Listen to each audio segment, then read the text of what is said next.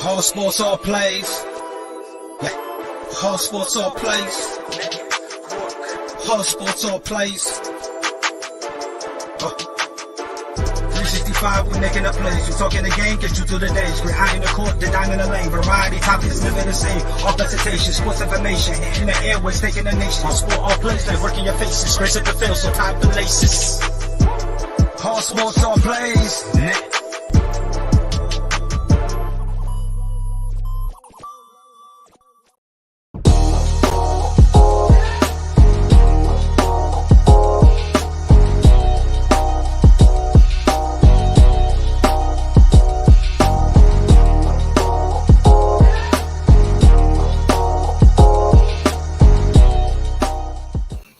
Good morning, ladies and gentlemen. It is the best morning crew in the biz. It is your boy Pride, joined by Coach Dante, Trey, J-Mac, and Greg. Coach, how you feeling today? I'm doing great, man. How y'all doing today? Great morning. Yes, always excited to be up here with you guys, man. Yes, sir. Trey, how you feeling today? What's going on, Pride? What's going on, y'all? It's a good day. Let's get it cracking. Yes, sir. Yo, J-Mac, you got that energy for us this morning, right?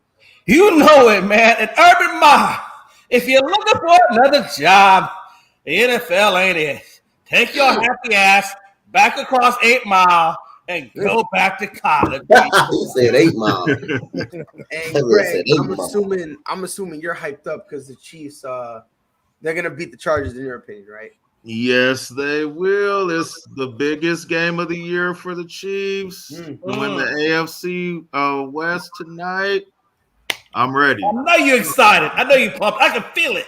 Yes. But before we get into the everybody ever knows that Greg is just so full of emotion. Like, that's his happiness. That right there is Greg at 10.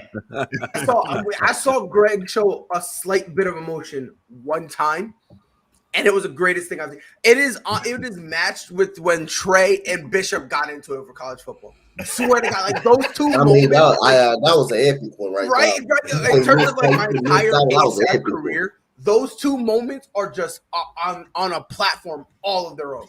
And my life goal is to get Greg to scream one more time, and for Trey to literally look at the camera the day he was when he was carting with Bishop. But J-Mac, you brought it up. Urban Meyer got fired. Funniest thing I've seen, swear to God. Funniest thing in the world, because I'm pretty sure when he got fired, he kind of shrugged his shoulders and left. I don't think Urban Meyer, Ray Cruz, watch you live on TV, appreciate it. Mama, I made it. Urban Meyer got fired, and people are kind of confused about it. And it really kind of came, they're assuming it's what happened 4 months ago. If you have been living under a rock, Urban Meyer, and by the way, I believe this story wholeheartedly. I'm just throwing that out there. I believe it wholeheartedly. Josh Lambo came out and said that he called him a dipshit and said, make the kick, and then kicked his leg. So make the damn kick. Yeah, so it was like he either kicked or slapped his leg, one or the other. No, he kicked it. He kicked it, right? Yeah, it's and honestly, while the man was stretching. Yeah, that doesn't surprise me whatsoever. Coach, let me ask you something. Yes, sir. Are you surprised that Meyer did not last the full season? Hell no. I'm not surprised. Everybody saw Urban Meyer. Everybody saw this coming. Man, I'm gonna tell you one thing, bro. I'm gonna tell you one thing again. I said over and over again. Once you a coach and you in a locker room with veteran players, these are professional players. But that's any other team. It doesn't matter if it's a little league team. It doesn't matter if it's a high school team or college team.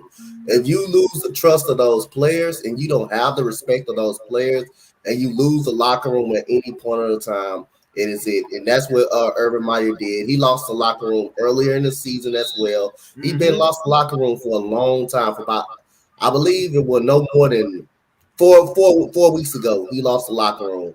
Now, if not even earlier than that. But once you lose the locker room in respect, and you don't have a great NFL resume, but you got a great college resume, when you first come in, them players ain't gonna respect you. Them players ain't gonna respect you. And then you want to call, you You're supposed to be the leader of the locker room. You're supposed to be the motivator, calling out your coaches, that's understandable. But what have you done in the NFL? What have you done in the NFL as well? You haven't done a damn thing in the NFL, so you don't have the right to call out the coaches and say, hey, they dog shit because you haven't done nothing in the NFL either. Yeah, you're a great college coach, but it doesn't translate to the NFL. These are grown ass men. These are men that you gotta in free agency, you gotta convince to come to this team. You gotta get these guys to buy in college. Yes, you will win in program, so you can get college students to buy in because they want to be a part of the winning organization. They want to be a part of a winning program. Your international championship hunt every single season. These are professional players. You got to get them to sign contracts and buy into a system. You got to get them to why you think you should be a fit here? Why they think I should be wanted here? And then the roster is bad. Yes, the roster is bad. But anytime you lose a locker room in the NFL or any type of sport, you're doomed to get fired. And that's just what it is. Urban Meyer deserves to be fired, and he will get another job in college, not in the NFL. And I already said earlier on ASAP in the morning, if it's not a month ago, I think he's a great college coach. He's not a great NFL coach. He's a great college coach, and it got to him. I didn't think he know how to handle a grown man very well. I didn't think he know what he was doing, and I think he was just too overwhelmed. That's actually kind of an interesting point you make because people kind of just say that he did boneheaded decisions. I just think he's a boneheaded dude when it comes to the NFL level. Trey, they're elevating offensive coordinator Darrell Bevell to be the interim coach. Ray Cruz said, I wish they made Charlie Strong the head coach, who is an assistant. He's one of the assistant coaches. And if I'm not mistaken, I believe he works with the inside linebackers, if I'm not mistaken. So, Trey, do you believe that next year, because there are rumors that Charlie Strong is one of the main names, that they're trying to find the replacement in-house. Do you think Charlie Strong will be able to have that job, or do you think Darrell Bevell will be able to have it, considering that Bevell was the head coach who took over when Matt Patricia got fired? He coached the Detroit Lions for 5 games and went 1-4. Just throwing that out there for context. Do you think they made the right choice with Bevell? I don't. To answer your first question, I mean, it remains to be seen if Bevell's going to be the right choice, at least for the remaining 4 games of the season. But to answer your first question, I don't think either one of them are going to be or going to be the head coach for next year. I think what Khan's going to do is he's going to go ahead and take a more comprehensive look at and do a bunch of interviews. Like we said, all his names those that are out there. You got Leftwich that's in Tampa. Of course, Bieniemy is a few names that are out there, and other coaches that he might want to take a look at and get some type of counsel for other people in which to hire the correct coach this time around. He's been through a couple of them. Yes, he is the owner, but you don't want to have that stickler on you that the Jaguars is a bad organization to go to, and that the owner really doesn't know what he's doing. So I think he's going to be a little more. I guess he have a little more about himself when he goes around this time to get this next head coach. But I don't think any of the current coaches he has in the system, unless they just basically knock him down in the interview process and without a reasonable doubt, he feels that they're the best coach going forward. So, Greg, obviously we all agree here. These dudes, this dude, Urban Meyer, arguably has had the worst tenure a college coach could have possibly had on the professional level. Not only professionally, but personally. Urban Meyer somehow did every single thing wrong, right? But while we're bashing him, we also forget that the Jacksonville Jaguars could have gotten Eric Bieniemy, Robert Saleh, or at the time he was the Atlanta interims coach, Raheem Morris, or Arthur Smith, the Tennessee offensive coordinator. So even though, Urban Meyer's a dumb fuck, I'm pretty sure we can all agree on that. Oh yeah. Is he kind of taking a lot of the blame, and people really aren't giving enough blame to the Jacksonville Jaguars, who kind of passed up on a whole bunch of candidates who were clearly way better? Yeah, the Jaguars organization should take some blame here too. I felt like they hired Urban Meyer. It was for ticket sales, basically, and people still wasn't coming to the game. So it was. Hold on, Greg. Say that shit one more time. They hired Urban Meyer for ticket sales, and people still weren't. And it was just an all around, bad hire. Urban Meyer. I don't even know if Urban Meyer's going to get another coaching job for real. Even if one of these college jobs is, gets open. I think he'll just do studio work from this point forward. But Jacksonville is a bad organization. Whoever does get that coaching job, God bless them, because they're going to need all types of supernatural forces to help them win in Jacksonville. It's just bad. It's bad. So whoever gets that job, it's I don't know if anybody can win there. I'm just being honest. Even with Trevor Lawrence. Trevor Lawrence hasn't done nothing. He hasn't done nothing. So it's bad, man. It's bad. Yeah, and honestly, it's going to be very interesting. J Mac, let me ask you something. I kind of want to piggyback off of something Greg said, right? Greg basically said he doesn't believe, even on the college level, that Urban Meyer will get a job. He believes right now the best thing you possibly do would be studio work. Correct me if I'm wrong, gentlemen. I'm pretty sure he has 3 championships, right? 2 in Florida, 1 at Ohio State, if I am not wrong. If I'm wrong, someone please check me. Nah, you're right. You're right. Yes. Right? He has 2 in Florida and 1 in Ohio State. Right? Yeah. Okay. Yeah. I just wanted to make sure I was putting it out there. So with all that being said, Jay, do you believe his credentials will be able, and Ernest, what up, my guy? Do you believe that his credentials would be able to kind of trump all the controversy he's been brewing up the past year? Yeah, the pro career is dead. I mean, that's dead in the water. Let's get that off the table. Pro career is dead. Matter of fact, I'm surprised he didn't get assault charges by the kicker, to be honest with you, because I would have been fighting assault charges against his ass. But yeah, no, the pro career is dead. So at the college level, he still got caught at the college. Look, man, national championships still speak loud. National championships still speak loud. So even though he wouldn't have a success at the pro level, some program out there would take a flyer on him. Now they may not give him the contract necessarily that he's looking for, because he's gonna have to re-earn that one. But he's got the credentials at the college level to still garner interest. It may, it just depends on which team is going to take the flying leap of faith on him. Yeah, and honestly, he might have to take a year off. I genuinely believe he's gonna have to take a year off and get a PR guy. No, maybe. No, he needs a public relations guy. He needs somebody to do some positive PR work for him. Yeah, regardless. Even honestly, every time if he steps under the camera, he should probably have a PR guy on hold, like on a retainer, because it's to the point that a lot of people don't really like Urban Meyer. And it kind of sucks because in terms of college, he can coach, right?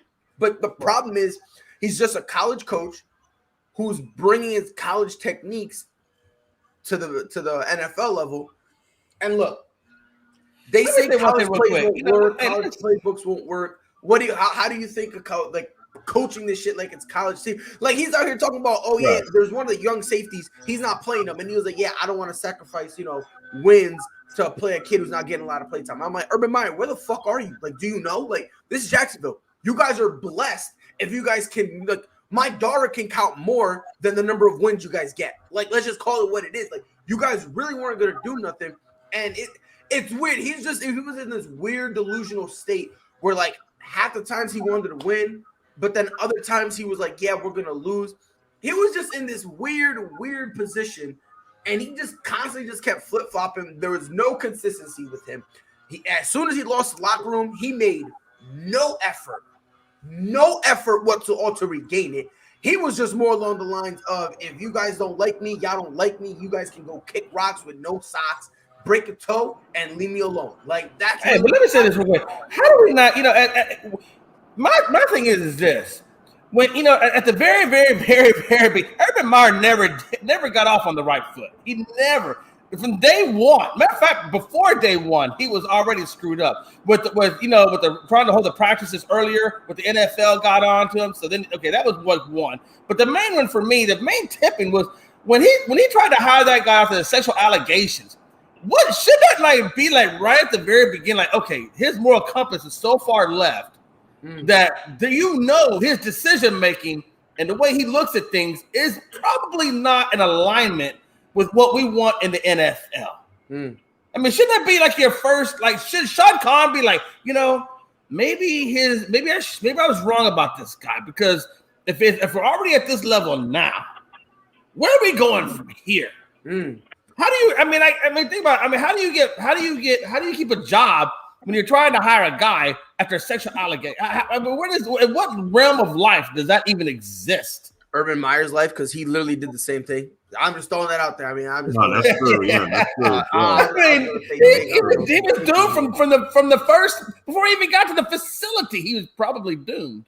Yeah, and honestly, me personally, look, I'm not gonna go out and say I'm an Urban Meyer hater, right? I'm not gonna go that far, because for me personally, I think going from college to the NFL is not something that's very easy.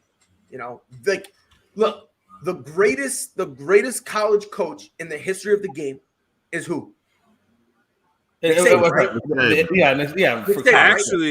Actually. Okay. Here we go. All the way right. We're talking about it. I'll let you say yours. Let me just finish what I'm trying to say, and I'll let you say yours. Well, no, I was just going to say, or you want to point out, like, technically, Urban Meyer is the most winning, that has the greatest winning percentage, even outdoing the great Nick Saban since the post World War II.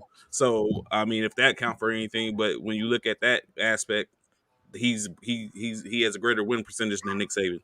Okay. Well, I mean, me personally, I'll take Nick Saban, because Nick Saban is he's kind of does the same thing as Bill Belichick, right? Where he kind of he already knows what he's going to take from you.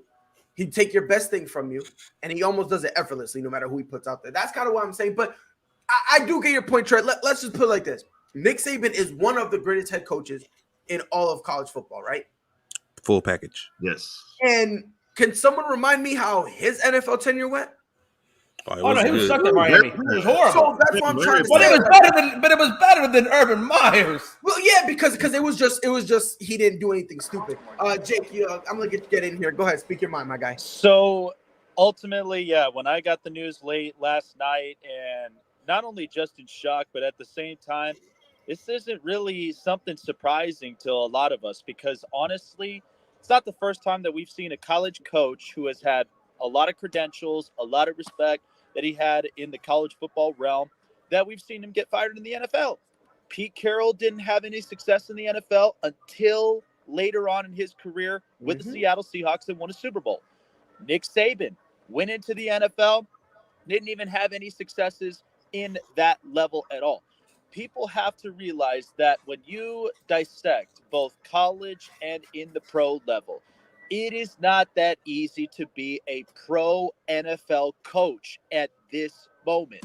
People want all of the young, smart-minded coaches. Like, could you imagine if Lincoln Riley was an NFL coach? I mean, with all that he brings to the table as an offensive-minded genius. He's getting fucked up.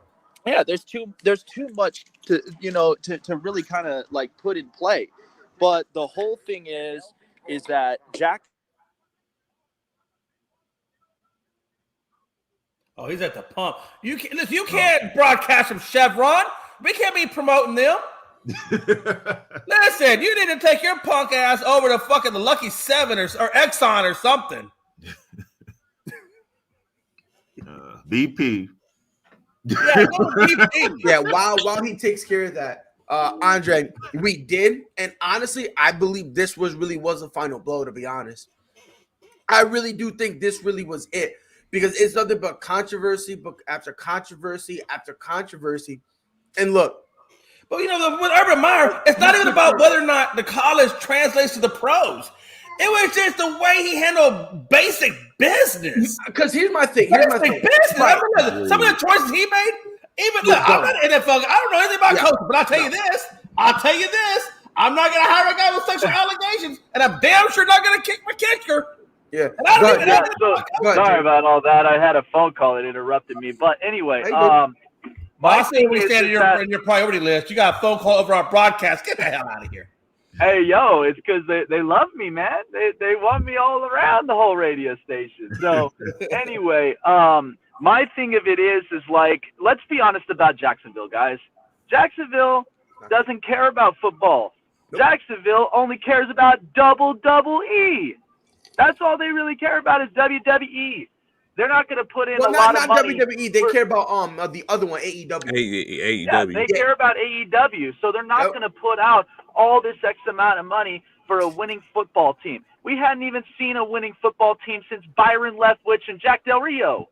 We hadn't seen one from Jacksonville in a long time. But the whole point of this is like, yes, I understand that there were a lot of allegations on Urban Meyer. It's one that's like, Jacksonville, you knew what you were going to get yourselves into, and because you're reading the resumes. And like everybody does, they only read all of his accolades and all of his credentials he's earned in Ohio State and in Florida, thinking he's got close ties with all of, Florida. But at this point, it's not going to be easy now to find another new head coach that's going to develop Trevor Lawrence, because you know that he is your future franchise quarterback. And, they need a lot more pieces. They need to fix up the entire defense. They need to end up fixing up a couple of weapons around him. So, he doesn't have a number one wide receiver. So you're not going to get the best of Trevor Lawrence if he doesn't have a number one wide receiver. So that's where Jacksonville has a lot of work to do, but you really have to ask yourselves, who are you truly investing in? And be honest about it.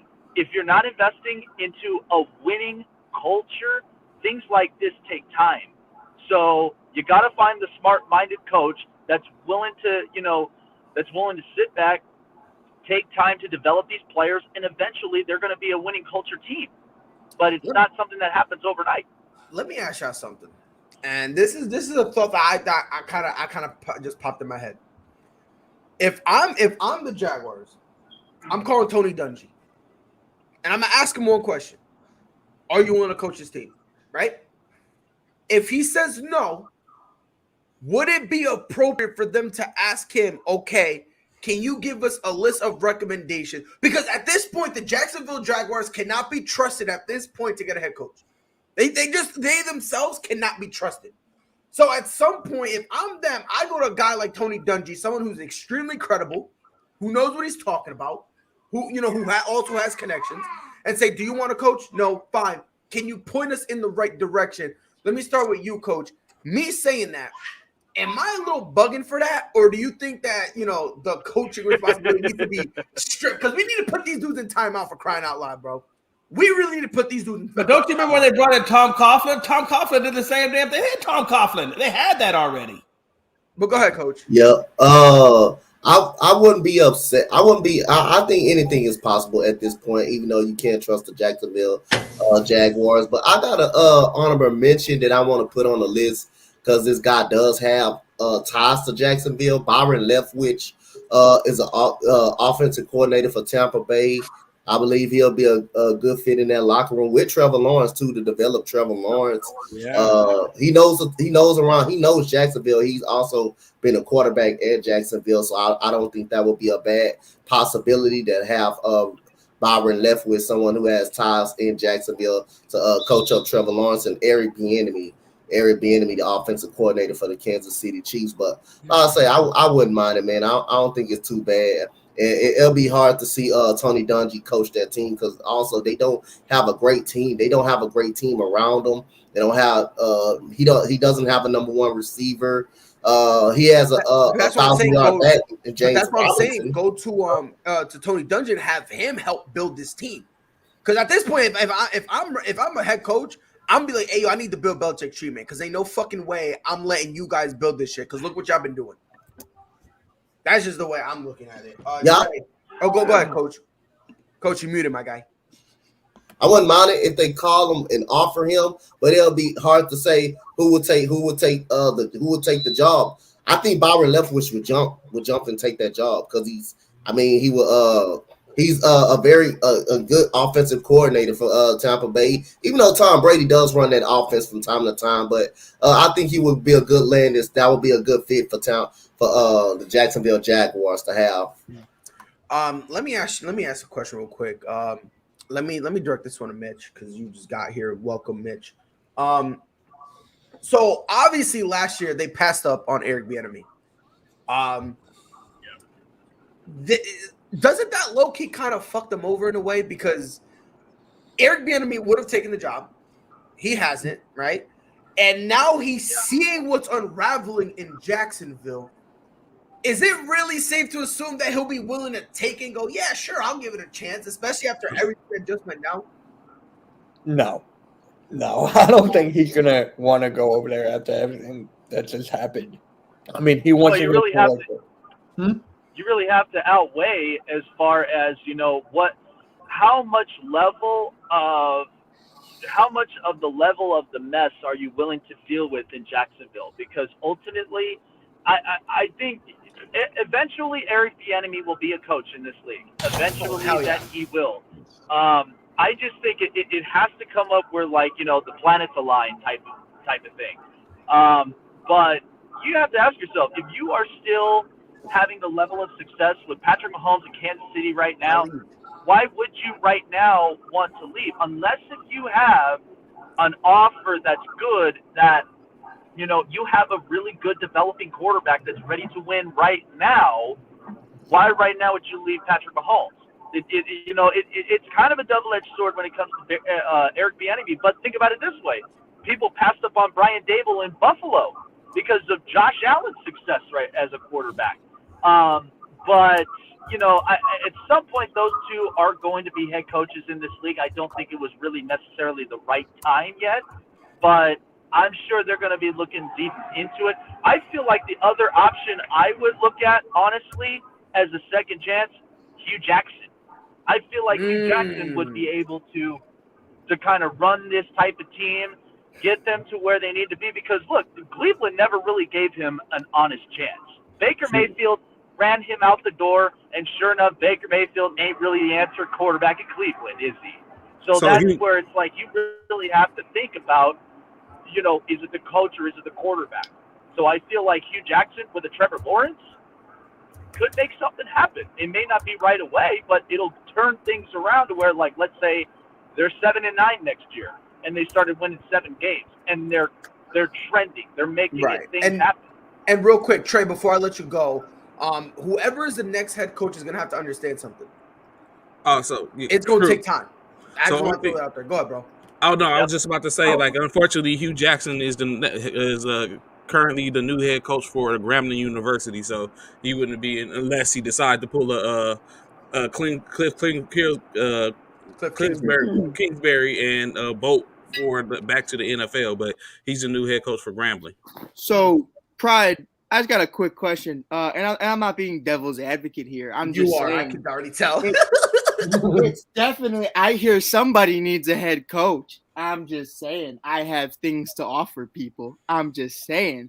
But no, in all seriousness, I think, and I'm actually going to sit here and I'm going to say something positive. Matt Nagy is one of those guys that I feel like can change a locker room, can bring that kind of big brother mentality because he tries to be everybody's friend, where Urban tried to kick everybody in the teeth.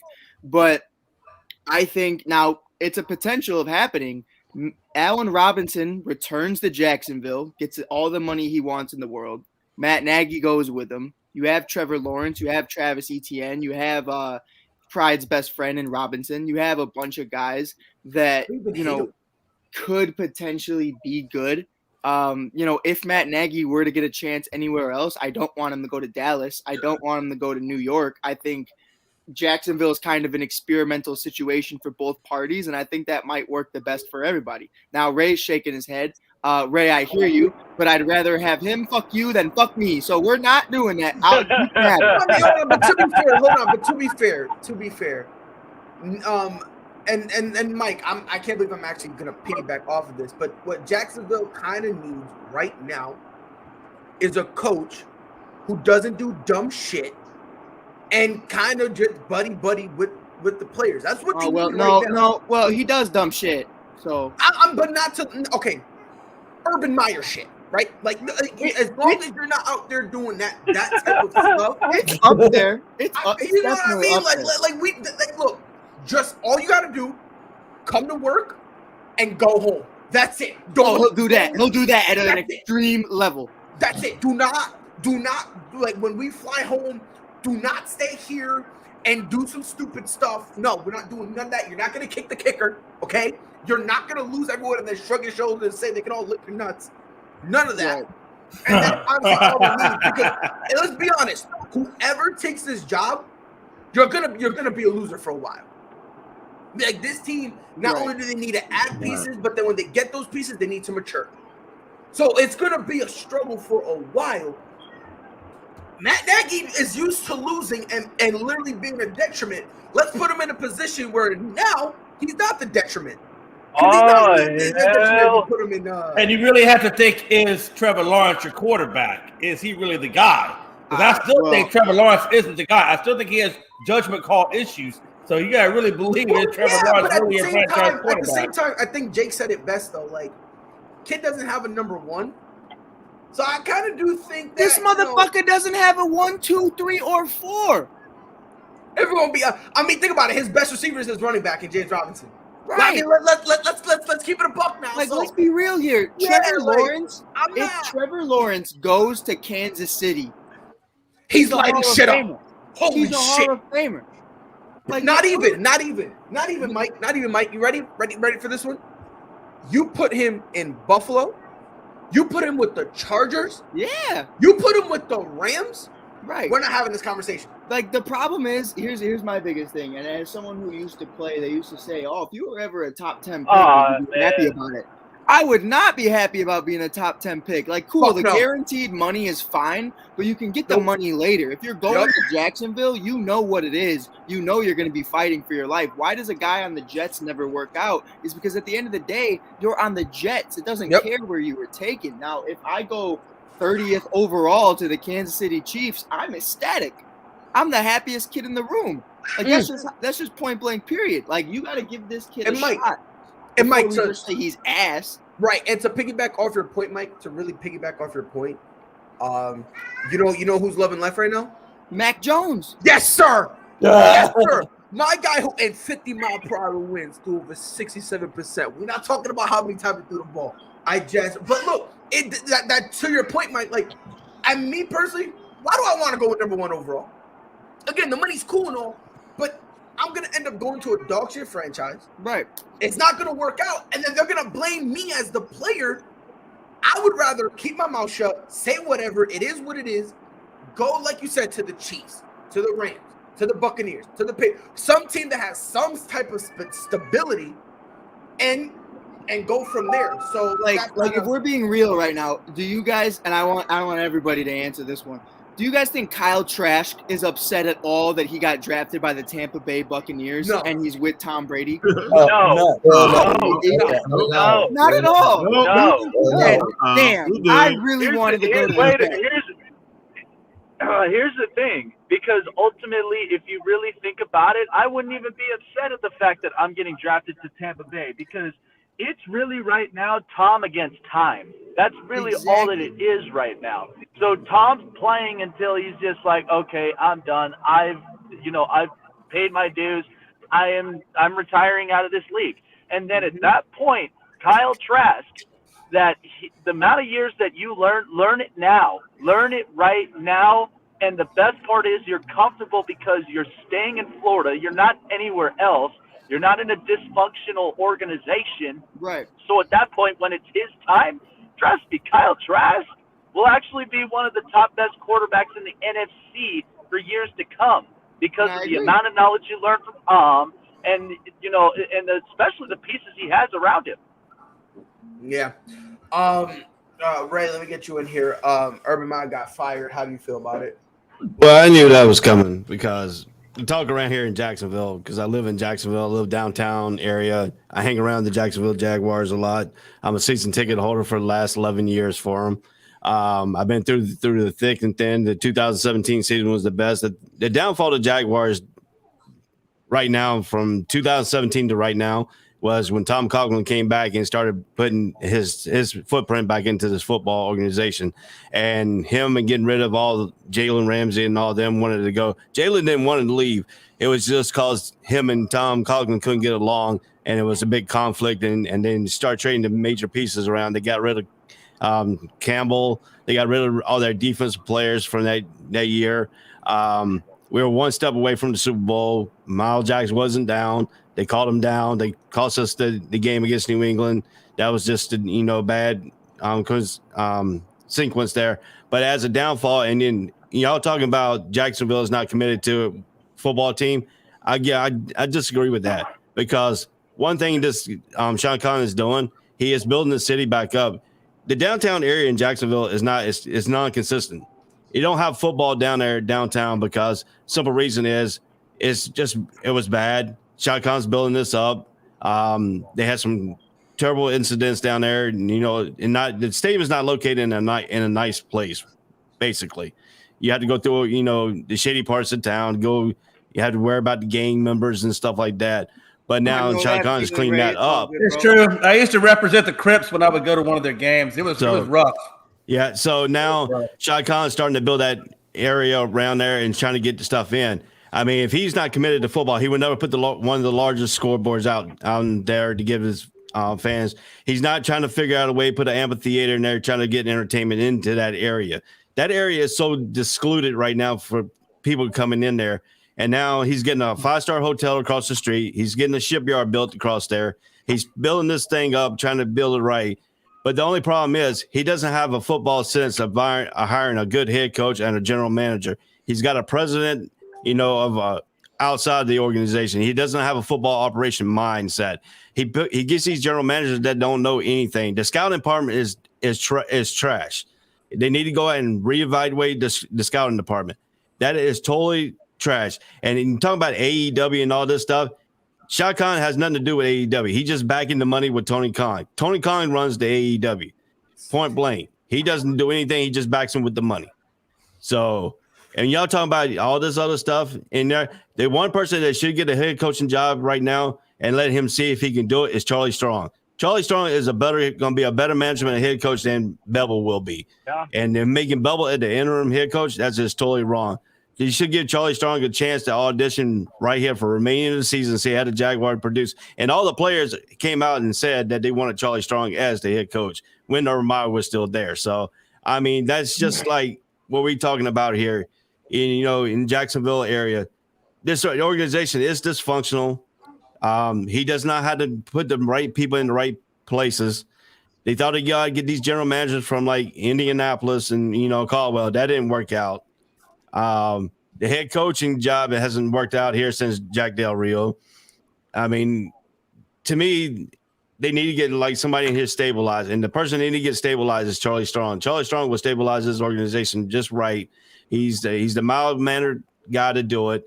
The players respect him more than they respect the offensive coordinator. And the offensive coordinators here have been trash. And if you look at Lawrence, number one wide receiver, DJ Shark, he got injured, before the season even started. And so the number one, if you look at the wide receivers are not getting freaking, away from the corners. The corners are like stuck on them. So if you're making Bevel offensive coordinator, they should have got rid of him too. Point blank, his offense does not work and hasn't worked since he was in Seattle, and it still hasn't worked today. So I mean, they need to get a new offensive coordinator. Let Charlie Strong come in the audition. If that doesn't work out, then go out and get Leftwich, because I know Leftwich will come back, because he's already said he will come back. But they just ain't giving him a fair shake. I mean, that's the only thing about this owner here. He's just trying to pick up, pieces. He's trying to make everybody else, the rich guys here in town happy to keep the sponsors and stuff like that. But sometimes you got to go outside the sponsorship and pick up a coach that can give this team a thing. If you got the players respecting Charlie Strong, why don't you make Charlie Strong the interim head coach, let him audition and see what he can do in the last few minutes. And I'm going to tell you, the one person they got rid of was Mel Tucker. Mel Tucker, when he took over, Jack Del Rio, between him and Marone, he would have been the right call right there. I mean, you let some of these guys get away, and look what Mel Tucker's doing at Michigan State. I mean, Mel Tucker would have done a good job here in Jacksonville if they would have kept him on. I will say though, Ray, really quick, Mel Tucker in Chicago can burn in hell. So it's definitely 50-50. I think in college it's definitely cool, but in the NFL, I don't know. I mean, look, at the end of the day, I don't know. I don't care really who becomes the new head coach. They're going to be dog shit. I mean, if you're going to be looking for a new, offensive coordinator, look up at Joe Brady. I mean, Joe Brady, like nothing right now. Nothing is working in Carolina. Like, is most I don't of that, blame like, Joe Brady for that. It's most of everything that's been. Yeah, I don't. Yeah. So if you're trying to get, a new head coach up in there in Jacksonville and also bring in a new offensive coordinator who can make this offense right, I mean, Sam Darnold, we know the truth about Sam Darnold now, right? We know the truth about Cam Newton. We know the truth about Don't you dare speak this into existence, Frankie. Don't you dare speak this into fucking existence, Frankie. Don't you dare speak this into existence, bro. We do not need the great Josh McDaniels sullying his good name. Yeah. Dear God, no. But I feel like, if Joe Brady, because Joe Brady has had the level of successes since New Orleans, since the championship year at LSU, and you bring him into Jacksonville with Trevor Lawrence as your starting piece right there to make that offense flow. I mean, Sam Darnold couldn't even do it. Sam Darnold's a risky quarterback. Like, the reason that Carson Wentz is working right now is because the fact that he's reunited with Frank Reich and the offense now is starting to get healthier. But they're both very risky quarterbacks because they throw their bodies into positions that they should not be. That's why they get injury prone. But Carson Wentz has a bigger edge than Sam Darnold does. But is that all on Joe Brady? No. So Joe Brady, you put him into the right position where he's got the quarterback that can listen, that can learn, and that could get better at his game even twice as much. Like, I would say you put Joe Brady in there, you're going to make him like Justin Herbert. You're going to make him like Justin Herbert like in the next couple of years. So I feel like that could definitely work out to bring Joe Brady in Jacksonville. Yeah, and I can agree with you on top of that too. Joe Brady, I like his coaching style when he goes out and gets these quarterbacks. You know what he did to Joe Burrow? He put a barn in there. Yep. He put him inside of a barn, closed the door, had the receivers go, and they're not looking at each other. They opened up the door. He throws the ball through the door before the door shuts, and the receiver catches the ball. And that's what Trevor Lawrence needs to do too, because in the NFL, you got tight windows. Here in Jacksonville, you got really tight windows because your receivers are not getting separated from none of the corners. So your windows are real tight. And, everybody talking about, Trevor Lawrence is trash and stuff like that. It ain't Trevor Lawrence's fault. His offensive coordinator get some receivers in here cannot get no separation and whatsoever. Mike talking about bringing in Allen Robinson back. Sometimes Allen Robinson come back here because this is where he got his start, and he was doing actually pretty good here. So, I mean, match him up with Trevor Lawrence, you never know. It could be, turnaround season for him too. Or if you turn around and you get yourself, a veteran wide receiver up out there, like depending on one that's basically going to be plugged in as you're the veteran, help coach these guys, help, get them to kind of get out of their comfort zone to where they can be very productive receivers for Trevor Lawrence. At the same time, too, I mean, they're kind of lacking, like, I'm not saying I don't trust Dan Arnold, but they've been lacking at tight end as well. Like if all options have failed, you got to have somebody that's not only just pass blocking, run blocking, but somebody that can catch a pass at least by midfield to keep the chains moving. It shouldn't always have to be James Robinson, even though he's capable of making plays like that. But you got to kind of mix things up. But I feel like if you get a veteran receiver in free agency or wherever they find him, this could help to now build up DJ Chark so he doesn't have to feel like he's over-reliable as a wide receiver. He can be in his comfort zone, and he can be better. And then even add in a wild card piece like Laviska Shenault, where what happened to him this year? Last year his stock went up where we thought, okay, Jacksonville might have found their guy, but then he started to go down low. So I'm sure they'll reevaluate. But if you bring a veteran in the locker room, at least that might bring up his stock even more to where he can get open majority of the time. He's running clean routes, and it'll help Trevor Lawrence knowing that he's got trustworthy wide receivers. Look, whoever the next head coach is, honestly, does really matter. You have a mess you're going to have to clean up before you can even start on looking at talent, before you can start putting in a playbook, before you can start utilizing any type of system you want. You have a shitstorm you need to clean up, because when you step in there, immediately people are going to – and it doesn't matter who it is. Once you step in there, they're going to be like, yo, you're probably going to do the same shit Urban did. That's just how it's going to be. So you have that mess to clean up. Then on top of that, it's a possibility that the players in the locker room are going to be standoffish because they just spent how long literally hating the guy who's been coaching them.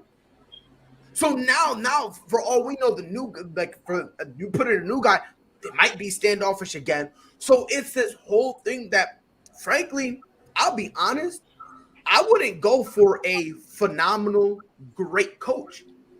I would straight up go for a guy who's nice to look at, like a Dan Campbell, a dude who can actually rebuild the trust between. I'm just saying, bro. Like, you don't at this point, you don't. I got a guy. You need a therapist. I got a guy for you. You need bro. You need a therapist, G. That's what you need in Jacksonville right now. You don't need a head coach. You need somebody to be able to get everyone in the locker room, hold hands, and literally sing "Kumbaya." That's what they need in Jacksonville because of everything that's been going on. So it's like, for me, Pride, are you telling me that if you brought in Dan Campbell right now, you're transitioning from biting people's kneecaps to now biting people's cankles with the Jaguars? Look here, listen, bro. Look here. I'm gonna tell you this right now, man. Free Dan Campbell. All right, I think me and Mike talked about this. He's a good coach. He's in Detroit. All right, he's in Detroit. All right, so let's free my man Dan Campbell. All I'm saying is the next person for Jacksonville, if you want to have them be great, cool, but they need to be personable, and they need to be an individual who can help rebuild some of the broken relationships, right? Because that's really what they need. That's really what they need at this point. And look, I mean, hell, you could try to bring in like a Matt Rule type of mindset. If you want, Matt Rule was very successful at Temple and Baylor.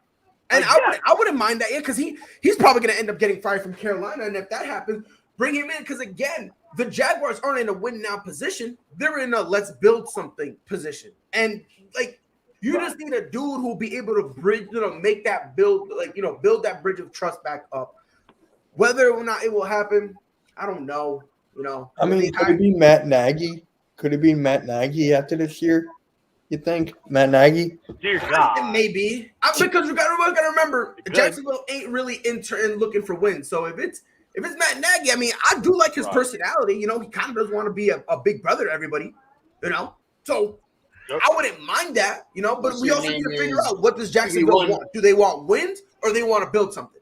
Because if they're looking for wins, they're fucked. If they're looking to build something, there's a plethora of coaches they can choose from.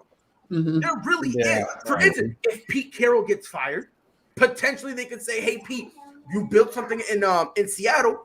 Potentially you could do something like that." I don't know, Pride. I think Pete Carroll retires before he takes a job in Jacksonville. No, I'm just telling you the pitch they would give him. I'm just I telling don't know. you. Florida's where old people go to retire, so he may go down there and look at it as an old person's retirement gig. So you never know. Yeah. And someone said Joe Judge. Right. I don't. Maybe. No. Oh my God. I don't think he's leaving New York yet. I don't think he's leaving New York yet. To be honest, I don't think so. I think he's not. At least one more year in New York. But if love he him, does, man. if he Keep him leaves, there. I don't know, because he's really not a coach's, and he's not really a player's dude anyway. That was his reputation, but in Right. New York, they kind of really don't really They care for should, him. I think they should stay away from college coaches. I feel like they're not going to go to college at all. And even though if they're looking at Jim Harbaugh, I will be mad. But if they are, Well, That's really that's really the here's only the coach I thing, would though. Yeah, look I Jim mean- Harbaugh. Yeah, that's good. because he's had some Yeah. success in the NFL. You know what I mean? So that's really the only. he's not leaving And Michigan. we don't even I know would- if the I NFL won't is really allow going it. to bring it back. Oh my God. Sure. Look here, bro. I've said this before. I'll make this last point and we'll move on. John Gruden is a dog shit coach. It's just his mouth that got him all his jobs. Yeah. If we're ready to have that conversation, we can. If we're ready to have that conversation, I promise you we can have that conversation. John Gruden is not as great as people want him to be. He at best is an average coach who's got an above average mouth. Now, if y'all ready to have that conversation, That's we'll have a that grade conversation. A mouth. No, it is 100%. He's got an A++ mouth. That's the only great thing about him. Other than that, like no.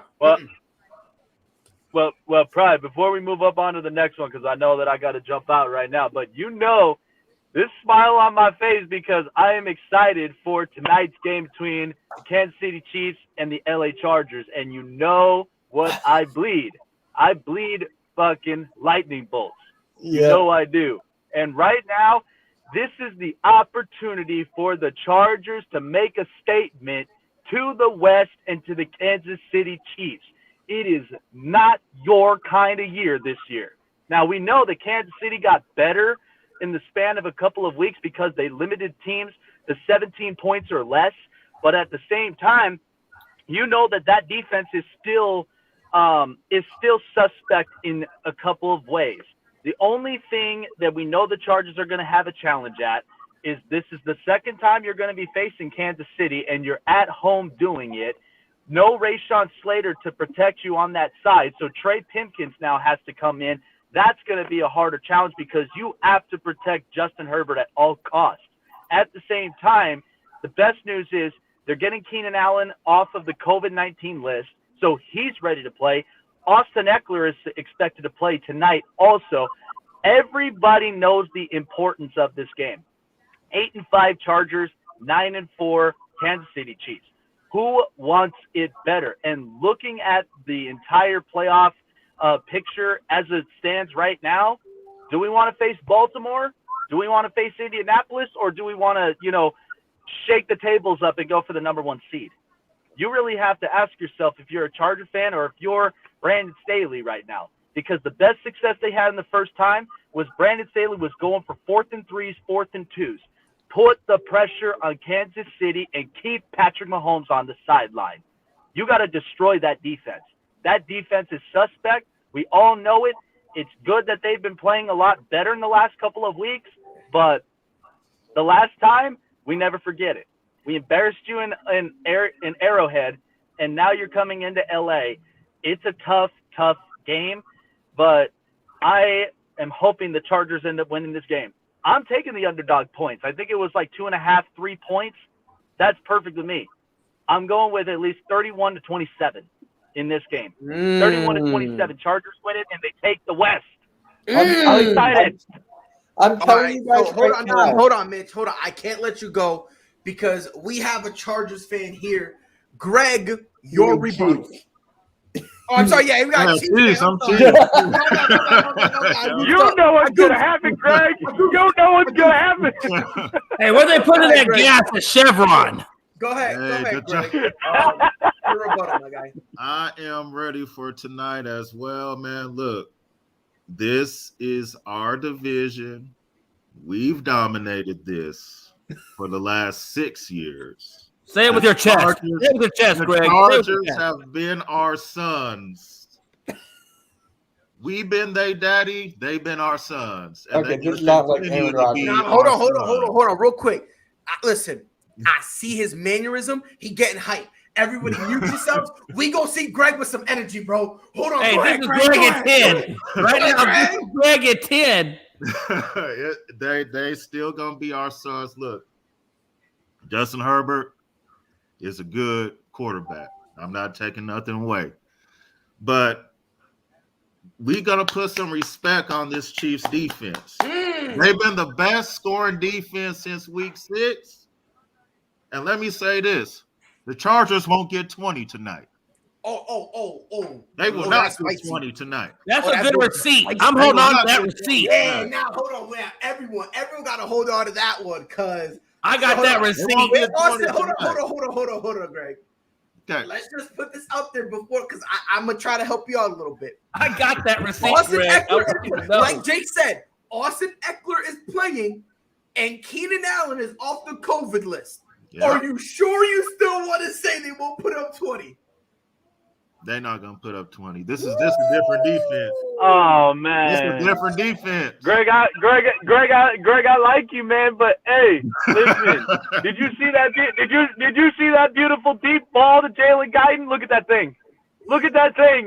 That wasn't enough for New York to carry right there. That was a beautiful deep ball right there. If you're telling me they're not going to score 20, and I will call you out. I will be lurking in the chat.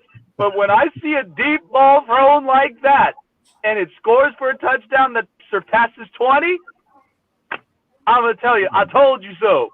I told you so. All right, I'm ready. And I'm gonna make a guess. I'm gonna make a guess. I'm gonna say Jalen Guyton catches it for a touchdown past Daniel Sorensen. Hey, I'm gonna put this out there. Sorensen. You didn't score 20 against Dallas. You didn't score 20 against Dallas, but matter of fact, you scored 17. You came 3 shy. I don't know if they put it that gas at Chevron. Hey, whoa. Wait a minute. Now you're going against Kansas City. Wait a minute. Hold on a second here, cowgirl fan. Okay? You didn't beat us. We beat ourselves. All right, Jake. Nope. Penalties I gotta mute you. for that one. Nah. As soon as you start hitting me with the "Ayo," you didn't. You're killing me, Jake. Yo, So, Pride, let me say this. Hey, wait a minute. Wait. I'll make a point. How many passing touchdowns did Dak Prescott have? You got it. How many? No, he didn't have Yeah, none. 0. You got it. Zero. I keep a tally. So obviously, Jake has the Chargers. Greg has the Chiefs. Let's go down. Mitch, who do you think is getting the win in a very important I just gotta say this. matchup? When it comes to score predictions, Jake is the number one guy. I had him on my show, and he got the Eagles and Chargers game correct, and I'm still mad about that. Goddamn. But God dang, Jake, I love you, man. But come on, it's a tough game. It's a really tough game, and I'm going. It's home. Chargers are home, right? Yes. Yep. Right. It's in Home LA. game for the Chargers. Yes. And the Chiefs are on like a 6-game winning streak. I love you, Jake, but I'm going with the Chiefs here. That defense has really been turning it up as of late. Okay. Yo, Coach. Right now we got 2 for the Chiefs, 1 for the Chargers. Are you gonna be on Jake's side, or are we turning our backs on him? Nah, I got the Chargers in this game right now. Man. I'm high on the Chargers, man. That's a great offense right there, man.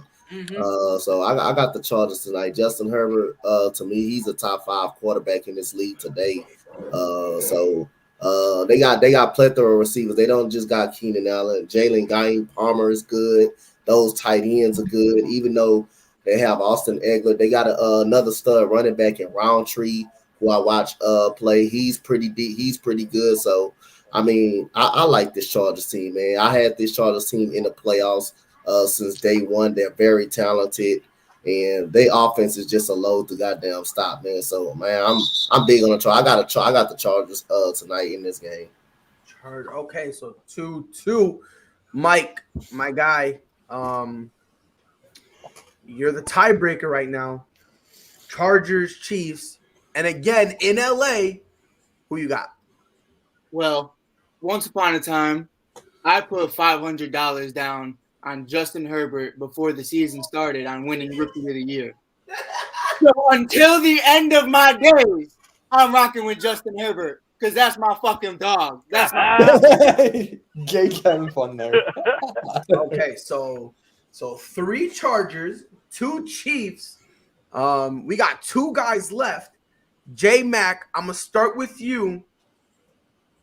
Are you rocking with the Chiefs? Listen, Dallas went into the Chargers area and we stomped that ass. That defense, Justin Herbert couldn't handle it. 17 points. You know the Chiefs, they got a good defense and they got an offense. You know, man, I can't wait.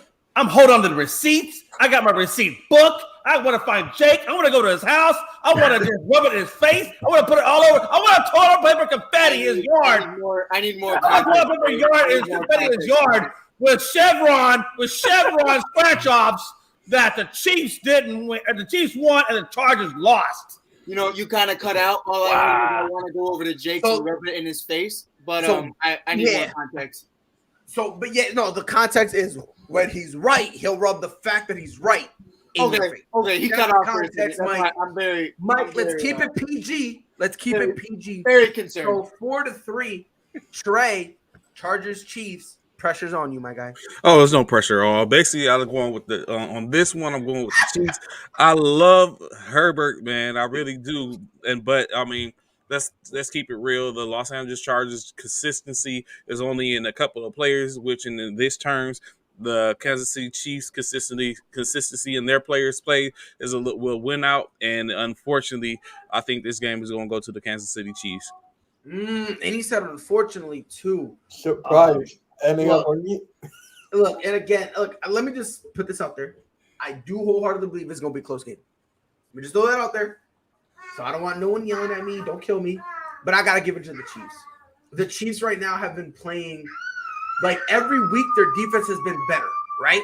Now, my concern really lies with the fact that even though Keenan Allen is back, the effect that it's going to have on him is my concern with the whole COVID thing, right? Like, is he going to be struggling or is he going to pick up right where he left off? You know, like Austin Eckler, most of the games he's been questionable, and that bothers me for 2 reasons. 1, he's a hell of a running back, and I like him, and I want him to play. And 2, I drafted him in my on my draft, both my fantasy teams, right? So every Saturday night, I have a mini panic attack, right? Or today, the panic attack is about to happen in a few hours, right? Because he's always questionable, always, right? Even when he's playing. I've never seen a player literally be consistently questionable like Austin Eckler. It gets me so triggered, bro, because I'll watch the game and he looks fine, right? But at the fantasy with that yellow Q gets me so scared. It makes me feel like he's got like an ongoing hamstring issue. His MCL in the other leg is torn. His neck is broken and he has a severe concussion. Yeah. It's like that's what they're painting. It turns out the dude's questionable because he, I don't know, he woke up late one day. Yeah. Let me bring you back to memory lane. Let me bring you back to memory lane up on this one, because remember, last time that the Chargers and the Chiefs played in a game like this, Greg, you remember this in 2018 in Arrowhead, they had no Austin Eckler. They had no Melvin Gordon at the time. They had to trust Justin Jackson and that run game, and Jackson had a hell of a game. But it ain't just Keenan Allen that has to have the pressure on his shoulders. You know who the Chiefs' biggest weakness is in big-time games? Mikey Dub. Mikey Dub, who won it with that 2-point conversion that shook the tables.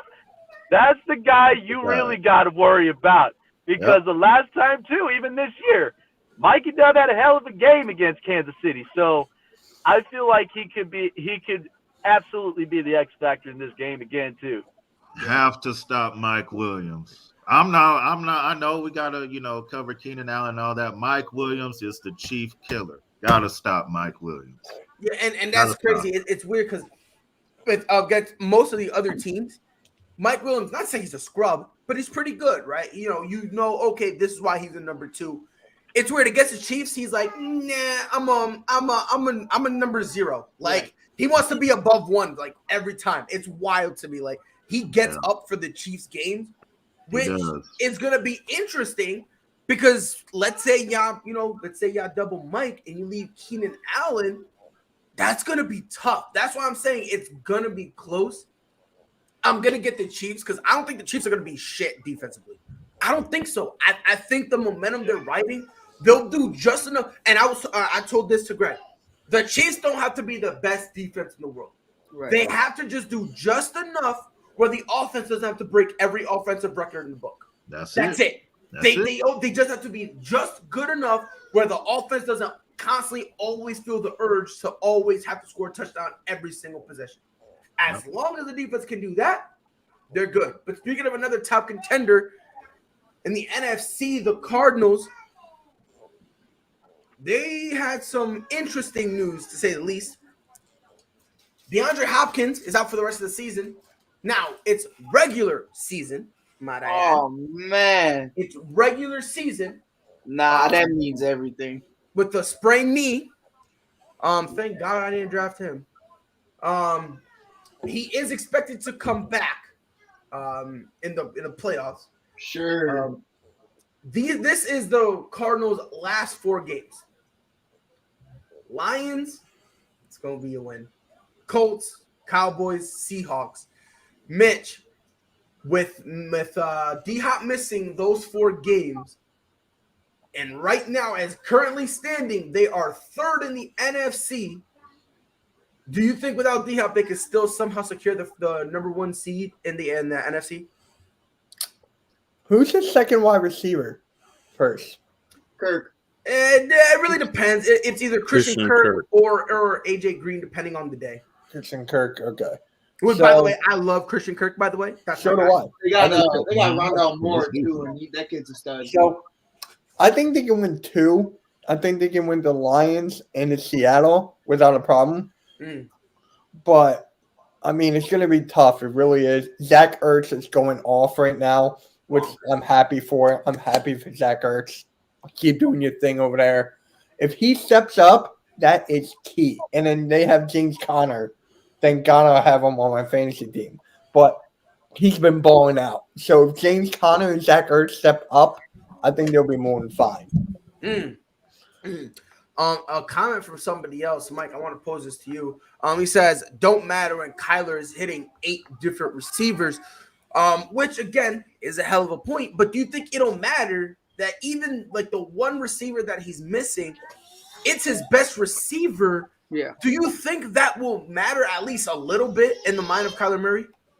It matters a lot, not so much to the mind of Kyler Murray, to what Kyler Murray's seeing when he's playing offense. It's one of those situations where when you go into a game as a secondary and you look at it from that perspective and you say, okay, this is our number 1 wide receiver to take care of. We really don't care if everybody else gets the ball. We're going to double down on D-Hop. Now that you don't have to double out on D-Hop, everybody can just play their man and everybody can be to their advantage. Now, when you play against the Lions, obviously that's not going to matter. That's not going to mean anything because nobody in that secondary is really going to do anything except Jeff Okudah, who I think is still a stud, just trapped in a horrible place. But when you start to play real teams, and if D-Hop can't get back by the playoffs, because, again, they're, of course, going to say he will be back by playoffs, but that really doesn't mean a lick of anything because we know D-Hop's history, and every time they say he's going to be back, he never really does come back to 100%, or he gets more banged up. So him and J.J. Watt are in the same boat. Like, let's be real. Like, they always have been. The biggest problem, though, and DeAndre missed the last month, and that's the biggest thing about it right now is you're trying to force this guy to get back on the field and see what you have, but at the same time, if you would have just completely shut him down the last month instead of trying to have him practice and practices, maybe we're having a different conversation. But I think if this goes into playoffs, you have a serious problem on your hand because you have to play Tampa, you have to play the Rams, you have to play Green Bay, you have to play all these teams that don't have to double down on D-Hop. And if James Conner isn't healthy either, which was the main problem in bringing in James Conner, Edmonds isn't ready at all. I mean, you could say he is, but I mean, he's going to need a couple snaps before he starts to feel regular again. You might have a serious problem. Greg, obviously he brought up Chase Edmonds, and James Conner. He's been fine this year. The whole thing with the whole injury thing. I mean, he's been pretty good. If I'm not mistaken, to the running backs, he's leading the league in touchdowns. So he's giving you something, you know what I mean? With DeAndre Hopkins out, they shut him down for the 4 games. Do you believe that the injury that they're saying, do you think it's a little more serious than what they're saying? Or do you just believe that they're just erring on the side of caution and just shutting him down because they know they're going to need him for the playoffs? I think it's more serious than what they're saying. Just going off what Mike was saying, D-Hop has a history of injuries, and when when a team says that D-Hop's going to be back, he never comes back when they say that he's supposed to be back. So without D-Hop, man, I don't see how the Cardinals even win. I don't see how they win a playoff game, just to be honest with you. The NFC is hard. Let's just call it what it is. The NFC is hard, and if they don't get that number one seed, I mean, they'll beat, like, if they're end up being a 3, like, they'll beat, San Fran, or they'll beat, whoever's the 7th seed. But after that, without D-Hop, I don't see the Cardinals going far. Wow, that's interesting. That's very interesting that you said that. We'll touch on that a little more in detail later. Okay. Coach, obviously with D-Hop out, you're gonna need some guys to step up, right? That's just kind of how usually it is. When one guy goes down, you got that one guy that steps up, rises to the occasion. They have quite a number of guys who can do that on this roster. Do you believe that, let's say it's Christian Kirk, right? Let's say Christian Kirk is the one to step out, ball out, go crazy. Do you think that when D-Hop comes back, do you think that they'll kind of take those touches away from Christian Kirk and give them back to D-Hop? Or do you think they'll kind of do a different position, but kind of the same thing what the Vikings did a few years ago when they had Teddy Bridgewater? He came back healthy, but they still rode Case Keenum because he was the hot hand. So when D-Hop comes back, you think they're riding the hot hand, or do you think they'll just go back to giving him his regular touches? I mean, of course you want to ride the hot hand, but D-Hop is your number one receiver. He's a top 2 receiver in the game of football, so you're going to always look to get him back involved into the game. But the X factor, man, the person that got to step up is the whole receiving core. But basically, you got to look at Christian Kirk. Christian Kirk is going to have to step up and make some plays in order for this team to be more and more dangerous. And Rondale Moore is not a bad receiver. He's a pretty good receiver. They use him in wildcat formations. He also can take the top off this defense as well. And AJ Green is clearly not the same receiver that he's used to being. He's clearly not that.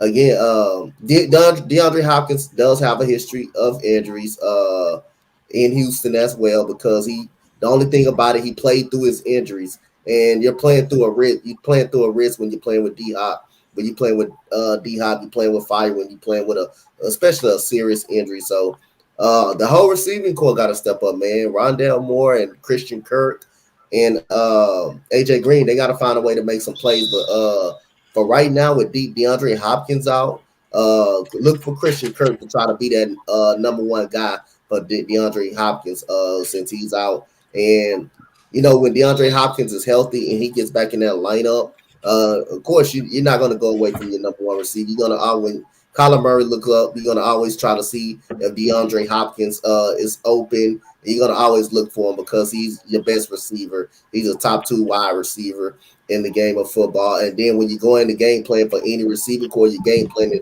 just to stop DeAndre Hopkins. That opens up Christian Kirk, Rondale Moore, and AJ Green, who's been inconsistent this year. Oh, so J-Mac,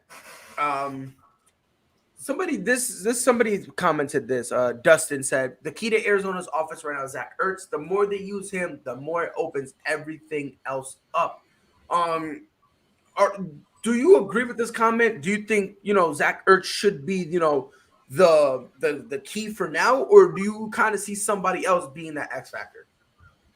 I mean, obviously, anytime you can get your tight end involved, that gives your short range short range passing game that opens it up, which helps actually spread the offense out more for people like AJ Green or Christian Kirk. So I would definitely get Ertz involved. as much as you can. And then obviously I think AJ Green, though, I like AJ. I think AJ Green is going to be your X factor. I think he's going to have to step up in lieu of DeAndre Hopkins. But I think between the combination of Zach Ertz and AJ Green, I think that's kind of where you want to. That's where I would focus. Okay. All right. So Trey, AJ Green's running in quicksand. Wow. I don't know why that's so funny. I don't know why. Like every I don't know. Every time I hear a receiver in quicksand, I just chuckle. But do you believe, Trey, that AJ Green needs to turn back the hands of time? Or do you think this AJ Green that they have right now is just good enough without D-Hop? So, of course, first and foremost, we got to take in consideration, like it's not necessarily an injury that D-Hop has, or whatever case like that. He has an injury prone. He has had a couple of situations. So they're deciding to power him down. Now, with that being said, they have to have a plan going forth. I don't think they would just make that determination decision if they don't have a plan going forth. So maybe they believe. Clearly believe that the Moores and the Kirks and the Greens of the wide receiver room are more than capable of handling the last 4 games. How, in the words of Bishop, however, I just don't know. In these last 4 games, I think is a possibility. The only guaranteed win they have in the last 4 games is that Detroit game. Any of the other last 3 teams have capable of catching them slipping and getting a W. So, I mean, it remains to be seen if AJ Green can turn back the hands of time and be remotely what the receiver he was in Cincinnati. That can make a difference for them to where like Kirk and Moore and the rest of the offense can be effective to float them and get them maybe a 3-1 or a 4-0 for the last 4 games of the season.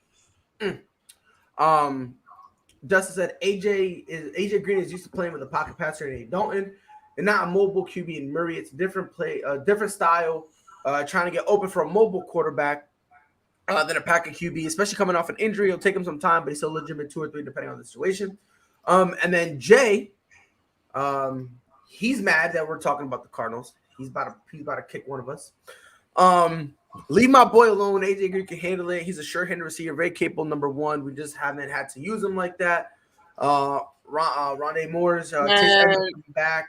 We're not gonna do that. We're not doing that, Jay. My boy, if you can't turn around and catch a ball to win a game against a guy that got cut from the Arizona Cardinals team. Hold on, Mike. Hold on. No. This is where I gotta stop. Are we really gonna look at that one play? Yes. And use that one play yes. to now say this is how he's been his entire tenure. Yes. I don't think so. Listen. Yeah, he got 10,000 yards receiving for a reason. Hold on real quick, Mike. Let me just say this and then I'll let you go. I don't know what was happening in that play. To me, at first I thought he was just fishing for a play or for a flag. But looking back, it looks like in his mind he thought it was a run play. Either it was a brain fart on him, maybe miscommunication. I don't know. Right, 4th down, over 15 yards away from the touchdown, and we thought it was a run. Yeah, but you talk about Kyler. I mean, has Murray sit up and made saying something out of nothing? Like we got. You know why though, Pride? You know what gets misconstrued is when I say this defines AJ Green's career. Isn't that okay? AJ Green can't catch the football. He can't run routes. No, that's not it at all. This defines why you were in Cincinnati for so long. And why Cincinnati never amounted to anything is because this guy just isn't that dog. This guy isn't that guy. He's a solid wide receiver. Injured. He's a solid wide receiver. But the problem is there is no experience with AJ Green to be able to say, okay, this guy's going to step up and be that guy because of this, this, and this. Never did that in Cincinnati. Never did that with Andy Dalton. Never did that and time again. Who the fuck is going to do that with Andy Dalton? Yeah, I just think it's a situation, though, Pride, where you look at it and you say at the end of the day, is this going to change anything? No. I think, maybe his stats look a little bit better for fantasy, but if you're going to count on anybody, like they said earlier, I think Zach Ertz with Jay McLovin bringing up that point has a much bigger opportunity right now to be a lot more of a difference maker in that X factor. But Rondale Moore, to me, is that X factor because there's so little tape on Rondale Moore Now that he's getting those opportunities, I think you might be able to see something from him. But AJ Green, we know what that is, and there's a reason. Hold on, timeout. Hold on, timeout. Look, let me just lay some groundwork here real quick. I am not a Bengals fan at all. I'm not a Cardinals fan at all. Never liked Andy Dalton. I'm just shut up, bitch. But I'm just saying all this. You look at that one play he had, but as the number 2 receiver and occasionally the number 3, this year he's had a few games with over 100 yards receiving. And that's cool. So how can you sit there and then just look at one play, which again, hear me out, I'm not defending the play. That was a boneheaded move. It was real bad. You know what I mean? And he needs to wear it. Let's not get it twisted. He needs to wear it, whether it was miscommunication, maybe he forgot to play. I don't know what it was. Maybe him being there brand new, he heard the play and he thought it was something else because it sounded like something he heard from Cincy. So he thought it was a run play. Whatever the case may be. Right.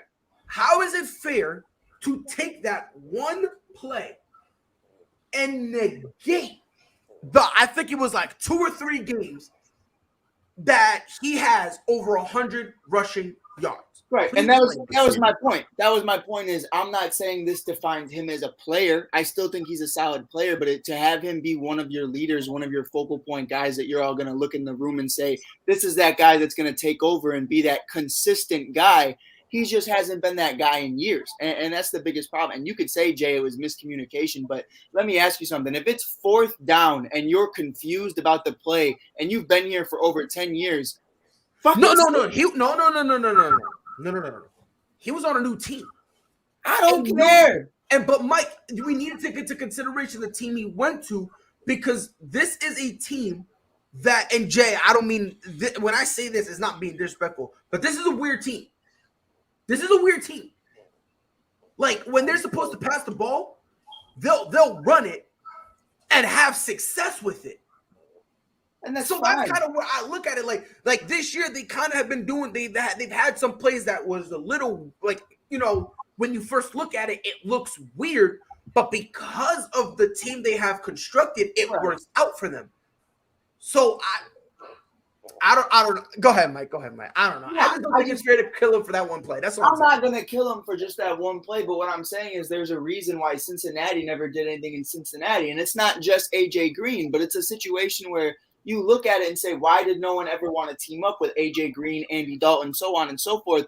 And the biggest reason of all of it is just because he's not that leader that's going to change a franchise. And that's why I'm saying I don't see this being a difference maker, because at the end of the day, it's just not D-Hop. And that's my biggest thing right now. And it's not going to be a game changer. Like you look at AJ Green as the number 1 wide receiver right now, and I promise you, everybody's still going to do one-on-ones. No one's doubling down on AJ Green. So I don't think it's going to change at all. Because of Andy, first of all, Red Rifle season, Jay, let's be real here. Don't do that because you're just hold on. Don't you dare. Don't you dare because you're the same one who wanted him benched for Justin Fields. Do not start, Michael. It was a joke, but all right, my bad. It's definitely something. It's a joke because I literally have never said one positive thing about that man in his life. Ever until today. I'll say this. He looks good in orange. I'll give him that. He rocking it. But I'll say to my main point is just that's why I agree with Jay McLovin is Zach Ertz understands what it is to be that kind of X factor, whereas AJ Green, he was always the number 1 wide receiver, but when you look at an X factor, the difference between X factor and just a regular superstar is that an X factor will change your franchise. And AJ Green at this point in his career, it's not going to make a difference if he's wide receiver number 1 or wide receiver number 4. Now he puts up the numbers, that's fine, but he's not going to change the defense's game plan because AJ Green's number 1. Let me say this real quick. And then Freddie, I'll let you go. I think you're right in that aspect, but only because of the team he's on. Oh, without a doubt. If it was, and it's because I think it's different. Outside of D-Hop, but outside of D-Hop, you do have a plethora of receivers who A, are not only talented, but B, Kyler Murray is spreading the ball around. Right. So I don't think it's fair to say that here him not being the number one is not going to change anything, and that's true. But it's not because of anything. Right. AJ Green is doing wrong. It's just the team around him. You have Rondo. You got more. You have Christian Kirk who can pop up. Zach Ertz who's on fire. And on top of that, you still have a run game they have to respect with James Conner. And I know you don't like him, but Chase Edmonds still kind of can contribute to this offense. I like Chase Edmonds.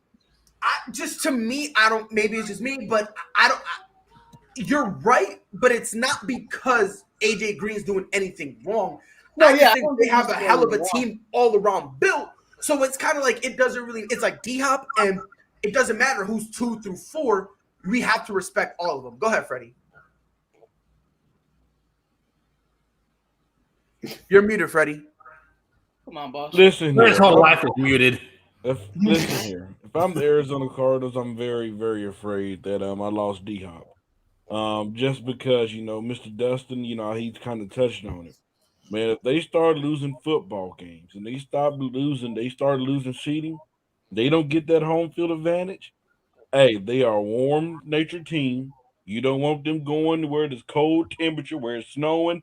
Hey, and who's going to be their number one receiver now that D-Hop's down? I mean, hey, we assume that he'll be back by playoff time. That's what we assume. Man, but we have seen setbacks in the NFL. This team came in the season with high admiration. Hell, Jay Ness on the network came in here. Oh, so happy. I was about to say the same thing. Hold happy. on, Freddie. You misread Dustin's comment. He's saying, and this is the second part, if I'm the Cardinals, I don't want it, meaning home field advantage. The Cardinals are the second team in NFL history to start 7-0 on the road and win all those games by +10. And who's on the field most of those games? DeAndre Hopkins. Now this is where the dynamics of the game change. Is because no matter what, Kyler Murray know he can get this man the football when the playoffs time. This is not regular season. This is the playoffs. I mean, and let's bring up the schedule. I mean, the schedule does have something to do with it. Let's see who you're playing on the road. They play the Lions. Play the Lions, then the Colts, then Dallas, and then the Seahawks. Okay, so I mean, are we really gonna come up here and and raise hell about that? I mean, let's go. No, you know what? Freddie, when you go play Green Bay and you might still not have D-Hop at 100%, it's going to be a problem in the playoffs. A big problem. I mean, this is from the break. I mean, and let's go to the schedule. Let's talk about these 7-0 that they win. Let's see who they have won on the road. Let's see how valuable. Oh, don't do that. Don't do that because you always say a win's a win. Exactly. No. So Mike, listen. No, listen. Nope. So on the road, they beat the Jacksonville Jaguars. They did beat the Rams. That's a good win. They beat the Browns with the dysfunctional with Baker Mayfield. That's still an okay team, though. That's an okay win. Right, that's an okay team. To me, it's not. To you, I mean, right, but also to you. Win. But then also to you, wins don't matter until it's the Lakers. So you know what I mean? Listen, Pride, you stop talking, stop listening with your heart, and listen to your ears, please. And then we got the 49ers. I mean, I can't listen with my ears because we got the Seahawks. We got the Bears, fire Nagy. I mean, come on now. I mean, are we really gonna go there? I mean, he brought up in the comments they're 7-0 with away games. I'm just saying it's not like they went to go beat the Tampa Bay Buccaneers. They went to go beat the Kansas City Chiefs. It's not like they went through this tough road at adversity. Okay, well, you can't sit there and say that because this is the same year we saw the Buffalo Bills lose to the Jags. This is the same year that we saw Detroit not only tie Pittsburgh, but then beat. Pride, I'm responding No. to the guy This is the same year that we saw the Detroit Lions not only tie Pittsburgh, but they ended up beating the Vikings. And both teams are better. Both teams are better than the Lions. They beat the Rams when they were hot on the road. They blew them out. I'm gonna say this: when they beat the Rams, guess who they had on the other side of the football? Where Kyler Murray can give them the football? DeAndre Hopkins. Who's gonna take his? It doesn't matter. Still, hold on, Freddie. Hold on, Freddie. Let me ask you a legitimate question, Freddie. Freddie, let me ask you a legitimate question. Have you sat down and watched an Arizona Cardinals game? Yes. You have. So then you know that Kyler Murray targets everybody. You know that, correct?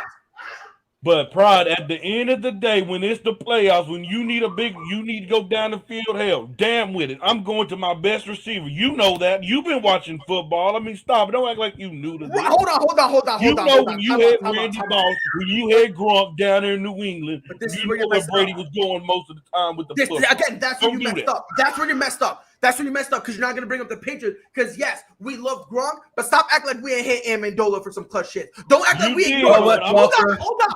Don't act like we ignored Julian Edelman. So that's where you messed up. So that's number one. Number two. You did it, but Freddie, no. You're not going to sit here, speak ridiculousness, and then all of a sudden think you're going to hog me. No, that's not how it's going to go. Aaron Hernandez. And it's not positive to say his name because of what he did, but I mean, he kind of did play for us, that whole 2 tight end thing. But here's the point. What I'm saying but Freddie, there's 2 points to it. Brady might know, Pride. Listen, you always listen with your heart, ridiculousness, so but you don't listen with your ears. That's your problem. Freddie, no, you don't know what you're talking about in an instant. He's targeting everybody. I didn't say that Tom Brady didn't hit others. I didn't say Kyler Murray wasn't going to hit others. Hey, DeAndre Hopkins can be a distraction on the field. He can be somebody that can get those guys open. He can be a guy that helps Kyler Murray. What I'm talking about when I brought up the Brady situation, that every time that it don't mean that he went to Gronk. It don't mean that he went to Randy Moss. It don't mean that he went to those guys first. He definitely looked for them. But guess what? Having those guys on the field helped him get those other guys involved. And without a DeAndre Hopkins, it changed the dynamics of that team. We'll see it in the playoffs. I learned a lot from Freddie. So it turns out DeAndre Hopkins, the Cardinals are dog shit. I didn't know that. Did you guys know that? I didn't know that. You learn something new every day. I'm saying, see, this is what you like to do, Pride. You like to put words in my mouth and use it for your terms. I've never said that. Yep, that's exactly what I do. And what you do, Freddie, is just somehow always come on, be consistently wrong, and then be bewildered when someone says it. No, you're the one. We're looking at a Kyler Murray who literally targets everybody. One of the hottest receivers on their team isn't even a receiver; it's a tight end, and that's Zach Ertz. But you're wrong for trying to convince somebody that AJ Green can be the guy when he cannot be the guy. We've seen that.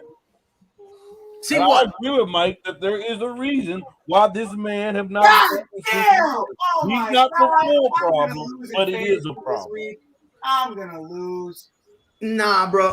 Nope. See, that the reason that ain't no way you're gonna sit here and tell me that ain't no way. Nope. And hell no, TJ Jones. We ain't putting no damn Kyler Murray in the same damn conversation as Aaron Rodgers. Don't you do that, sir. Don't you dare do that. Hold on.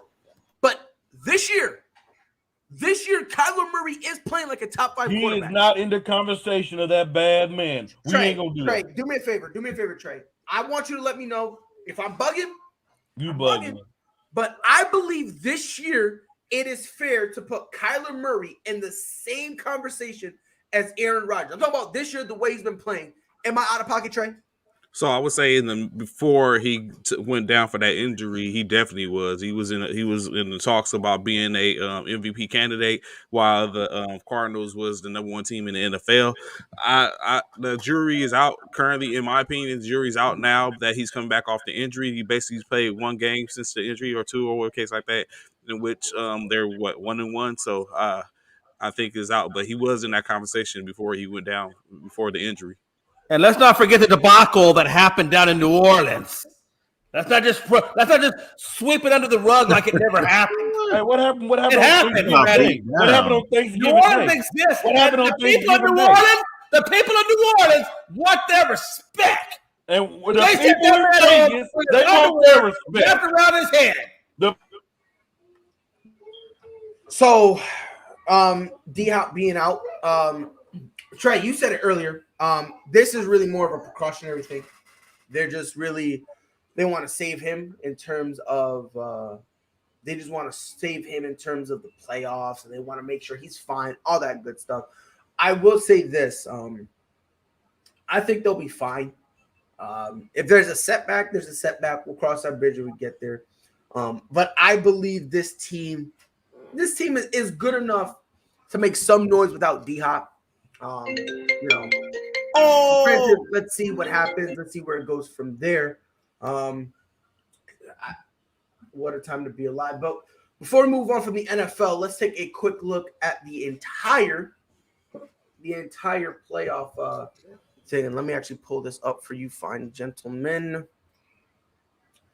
So this is how the playoffs is currently looking, courtesy of NFL.com.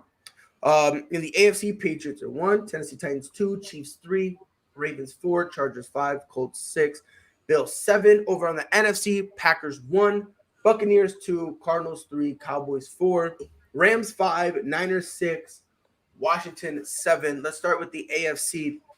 If the playoffs were to start today, the Titans would play the Bills, Colts play the Chiefs, Chargers play the Rams.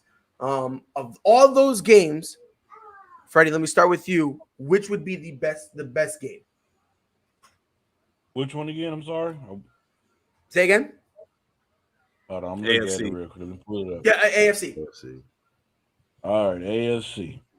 So right now, man, I gotta go with the Chiefs and Chargers. We're talking about the one up and coming quarterback and Herbert going against the guy that I put in the second best quarterback in the game today, and Patrick Mahomes. And you talking about going against that three-headed monster.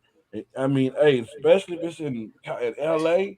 I mean, that'd be a matchup I would love to see. I know I'm gonna get two guys on the football field that's gonna be doing some crazy passes. It's gonna be a high offensive game. It's gonna be crazy. You already know. You hear my dude Greg. His veins already popping out his head, ready to go. I bet he's ready for it tonight. By the way, but that'll be the matchup that I'm looking forward to in the AFC.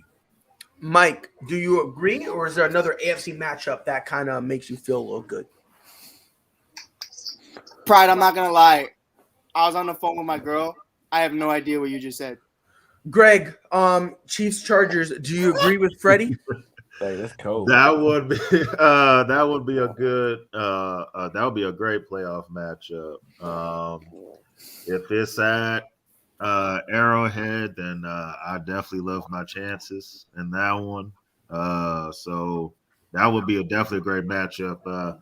Justin Herbert trying to break through, get his first playoff win against Patrick Mahomes. So that would be the best matchup of the first round matchups. So, Mike, in the Yes, AFC, sir. if the playoffs were to start today, it would be the Tennessee Titans versus the Buffalo Bills, Chiefs versus the Colts, and the Ravens versus the Chargers. Of all those first round matchups, which one to you do you like the best? Honestly, I'll be the odd man about it. I really think Tennessee versus the Bills is a really interesting conversation, just because the Bills don't have a run defense or a run offense at all. One of the things about Tennessee is they just keep catching these breaks, and I find it really interesting that without Derrick Henry, they really haven't missed a beat. And I couldn't tell you their second running back, after Adrian Peterson gets cut. So I do think that's really interesting, especially taking into the fact that the Bills have the best defense in the league, quote unquote. But yeah, I think it would be a good matchup. I think it'd be a lot better of a game. It's not going to be the highlight game that everyone wants to see, like Lamar Jackson versus Justin Herbert or something along those lines. But I think when you look at the totality of it and you look at the actual game as a whole, I think it would be a lot better than other games that you might be looking at. By the way, the running back that's getting a lot of touches is Foreman. Yeah, no disrespect. No Foreman. disrespect. I just haven't been. Yeah. I haven't been watching. Yeah, he for me it would be the New England Patriots playing the we got the bye. Silly me, I apologize. Everyone can fight over themselves. So on top of the AFC. Just probably for a couple more weeks, but let me live my best life. Coach, in terms of the NFC, right now the Packers would get the bye, and it would be Tampa versus Washington, Cardinals versus the Niners, and Cowboys versus the Rams. On the NFC side, which game do you think would be most interesting if the playoffs started today? Cowboys and Rams will be a lot interesting. You got Von Miller. Of course, you got Aaron Donald, who's wreaking havoc on that defensive line. You got the receiving battle, the receiver battle, and Odell Beckham, Van Jefferson, Cooper Kupp. You got CeeDee Lamb, Mari Cooper, Cedric Wilson, Michael Gallup. You got the running back by committee core. You got the quarterback Jared Goff. I mean, not Jared Goff, but you got Matthew Stafford and Dak Prescott playing against each other. I mean, that game is going to be a pretty good game, man. And I'm not going to rule out the division. The two teams in each other division. The Cardinals versus 49ers. The 49ers have the Cardinals number, so again, I'm not going to rule it out as well. Trey, NFC, which first round matchup, if the playoffs started today, will be most intriguing for you? I would go along with Coach. The Rams versus the Cowboys would definitely be very I'm not going to say intriguing. It would just be a good game for the simple fact you got the defenses or potential defensive players of the years playing the games, and then the offenses should be clicking on all cylinders. That by that time you got Cooper Kupp. I mean, what more do you want to see? I think that would be the best game from the NFC if the playoffs were to start today. Jay, you're a Dallas fan. Are you also going to say Cowboys and Rams? You're muted. Mute yourself. Jay, you're muted. He sound better muted. I was just gonna tell him, Jay. Do not start on me, Freddie. Okay, you start on me. No, hey, listen. I think it's better. I think the Cowboys Rams would be great. I think a battle of two defenses that are playing great would be phenomenal. And then he put it down to this: who's got the better offense? And I mean, I think it's a phenomenal game. So yeah, I think definitely Dallas and LA would be a good matchup. Mitch, are you on the same boat with everybody, or are you gonna pick a different game? Well, we all know how the Dallas performs in the playoffs. So shut up, Mitchell. I will come over there and take you to a speech therapist. You shut your mouth. Well, I'm still going with the Dallas and the Rams, but I have to go with the Rams for that one. I think it would be a close game. For me, I'm gonna be like Mike. I'm gonna be the odd man out. I'm gonna go Tampa versus Washington. Same Washington team that took, and when I say them, I refer to the Buccaneers, took them to the limit. And listen, every single time Taylor Heineke plays against Tampa, he gets up. He enjoys it. So does his defense. So me personally, I want to see that, because even though it's the 2 versus the 7, you don't think it's gonna be a mollywop though? I'll be honest. I don't think it's gonna be a mollywop. I think it'll be a. I have Tampa winning. No Chase Young. You don't think it's gonna be a mollywop? No. Because I don't know what it is. It's almost like Washington. The last couple years, Washington, when it comes to Tampa, they get up for that game. Everybody, top to bottom, everyone plays that game, and that's basically like, regardless if it's the week 1, hell, preseason, this is their Super Bowl, and they get up for it. And they I don't know what it is with ever since Tom Brady got there, but the Washington football team, they've gotten up for it, and I'd be very intrigued to see, can the Buccaneers kind of get over that hump in terms of, because every time Tampa gets picked to win, it's expected to be a blowout, and it's interesting. Like, will they get that blowout win, or is Washington gonna hang in there, but I don't know if there's a potential that Washington could. Well, let me ask you, but who from Washington is going to put pressure on Brady? Because to beat Brady, you have to put pressure on him. So who from Washington is going to put pressure on him? Montez Sweat? Yeah, but at that's the problem. We also got to understand, like, this Washington football team doesn't really care to generate pressure. Exactly. So it's right, but last time they played, Tom Brady threw 2 picks, and I love Tom Brady. He threw 2 picks in the first. But the last time they played, Chase Young was there. But still, that's the biggest part of their defense. And he's so much of a big part that the defense has been playing phenomenally ever since he went down. I don't think you go up against Tom and not have to put pressure on him. Don't get it too. Yeah, I mean, I just think that's a tall order. Yeah, especially with all the weapons he has. I know, but and AB's coming back. No, well, that's a whole nother. He's coming back. God knows if AB's gonna come back. God knows. Coming back. But I mean, look, for me, the way I look at it, this entire Washington football roster, they get up for this game. Like every time they play Tampa for the past year or so, they've gotten up for the game. So, and I believe that'll be a great game to watch because Listen here, Pride. The game to see is the game in LA where we see Big Boy Donald, we see Von Miller, Jalen Ramsey go down there and shake some feathers with them Dallas Cowgirls to expose them to all. Because you know they're not playing the Giants. To expose these Cowgirl fans, let them know, hey, regular season, that's cute. But this is when the big boys come to play. You know, this is men, grown men. Hey, Dak Prescott, I'm going to show you how to be a quarterback of Matthew Stafford. It's appreciated that you call them the Cowgirls. When's the last time the Giants have been in these types of games? I'm talking. I don't think I know that Giant I'm land. talking, sir. A bunch of Odell girls? Beckham Jr. coming home to Big D down there in Texas. He going to be home, want to put on a show.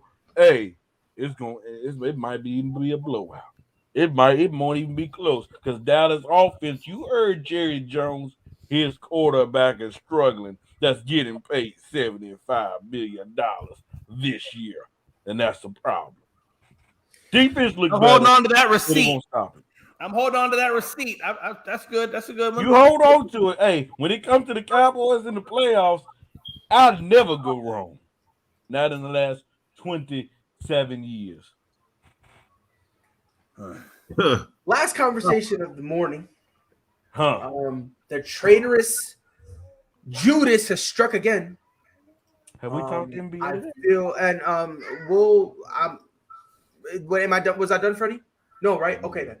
I feel like Bishop right now, blindsided, bamboozled. Trey, you already know where I'm going with this. I think you already know. Lied to, swindled, led astray. Judas himself, Danny Ainge, decided to take a job with the Utah Jazz after the turncoat said, I'm done with basketball. I'm done. I'm riding off into the sunset. Nobody's ever done. Pride, nobody's ever done. Nobody's ever done. But you know what? I thought this man would not lie. I was upset. I was hoodwinked. Hashtag fuck Danny Ainge. I don't care if he's rejuvenated. Freddie, let me ask you something. Obviously, what should be Danny Ainge's first job and first priority when he gets into as the new CEO, freaking traitor of the Utah Jazz? It was a horrible move, in my opinion. You should be glad that Boston don't have him, in my opinion, as well. I mean, this dude clearly he's not willing to take big chances. He's not willing to do what helped his team win. I mean, what has he done in Boston as of late to help them win? When you had all those draft picks to make trades to get an Anthony Davis down there in Boston, when you had draft picks to get a James Harden or some other star to pair with Jason Tatum, to pair with Jaylen Brown. Why in the hell does this man need another opportunity when there's other guys out there that deserve opportunities like this, that deserve to come into a front office position instead of going out there and coach, a.k.a. Chauncey Billups? Everybody should know Chauncey shouldn't be no head coach when it comes to the NBA. He needs to be in the front office calling the shots. I don't agree Danny Ainge should be anywhere near a front office. He needs to go ahead and retire because, I mean, he did nothing to help Boston. I'm going to repeat this again. He had a chance to get Anthony Davis. He was afraid. He had a chance to get James Harden. He was afraid. He could have got some other star to pair with the great Jason Tatum, to pair with the Jaylen Brown, to get them back into the championship contention. Danny Ainge, I would really appreciate you that you did. And I would say this before I toss it to you, Greg. Danny Ainge had a reputation of being very aggressive, right? Like he kind of was that wheel and deal dude. However, I was one of the people who said not really, because if you look at the wheel and deal moves he really made, they were either insignificant or they were just common sense that the other team was stupid to do. That's just really what it was. Like, if you ask, the best thing he's ever done was when he flipped Kevin Garnett, Jason Terry, and Paul Pierce to Brooklyn, right? But everyone and their mom, even at the time, said Brooklyn's dumb as shit for doing that, right? Like, they were just idiots, right? So let me ask you a question, Greg. Will this shoot 'em up style, this wheel and dealing, will Judas be able to use this to make the Utah Jazz better? No, it's still gonna be the same. Look, Danny Ainge, besides the year that they won, it was the big three that saved Danny Ainge's legacy, whatever legacy that is. Because other than that, he's done. I mean, what has he done? I mean, he's just like Freddie said. Danny Ainge could have went and got AD to pair with Jason Tatum and Jaylen Brown. He didn't do it. It was a lot of missed opportunities there for Boston to get more championships than what they got. And he failed at that. So he's going to go to Utah. Utah's still going to be Utah. I never was high on Utah. Anyway, Quinn Snyder is the type of coach where he's only going to get you to a certain level, and that's it. You're never going to win no championship with Quinn Snyder. So until they get that right and get the right coach in there, it doesn't matter what Danny Ainge does. And they better hope that Donovan Mitchell doesn't be like, man, I'm just ready to bounce. Because if they keep on getting these 1 seeds and 2 seeds and they don't even make the Western Conference Finals, Donovan Mitchell might be like, hey, it's nice. It was nice being here and everything, but I need to go somewhere else. The snake, weasel in the grass. I'm looking, by the way, for those of you that don't know what I'm looking, I have a picture of Danny Ainge on my second monitor. Like, this is real life upsetness that I'm feeling for Danny Ainge. It hasn't even been 6 months. Okay. A woman who got pregnant when he stepped down still would not deliver their child by the time this weasel took another job. Trey, please, I implore you, I beg of you, matter of fact, I dare you, defend this man's actions right now. You're muted, by the way. And that I will, Pride. So when you look at this, right, so take this into consideration. Like, Danny Ainge is brought in to be the basketball operations, to oversee basketball operations, in which he will be working very closely with the general manager, as well as the new group that be coming in that includes Hall of Famer Dwayne Wade. So when you take this in consideration, it's not just Danny Ainge just going to be calling all the shots. It's going to be more I foresee going forth more of a situation where they're going to be collaborations and there's going to be things in which they talk about. So it's not just him. Like, you got to take in consideration when you go forth and you do something, you always, if it didn't work, you kind of look at what can work better. Now, you're looking at the Utah Jazz, who was the best record last year, currently the number 3 in the NBA this year. I mean, in the West this year. So he has a pretty good slate to work from, to start from. I don't think he's going to go on there and mess this up. He's probably not going to be the same Danny Ainge, which I thought, whom at one point was a very effective Danny Ainge in Boston. You can't take that away from him. The in-state didn't go as well, but that's more. There's other factors in that.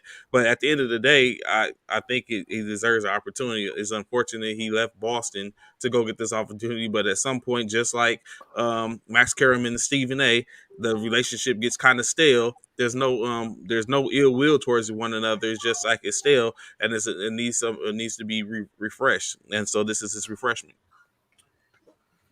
My problem isn't the fact that he went somewhere else. Don't tell me, oh yeah, I'm contemplating retirement, and be a little All right, breathe, Pride. Come on, man. That's just my problem, right? Why can't you just be like, you know what? It is what it is. I'm leaving, right? When Doc Rivers left, he said, I'm done with it. I'm sick of this. I'm out. I'm not going to fake a retirement. I'm not going to say I'm going to play my – no. He's like, you know what? I don't want to be here no more. Let's move on.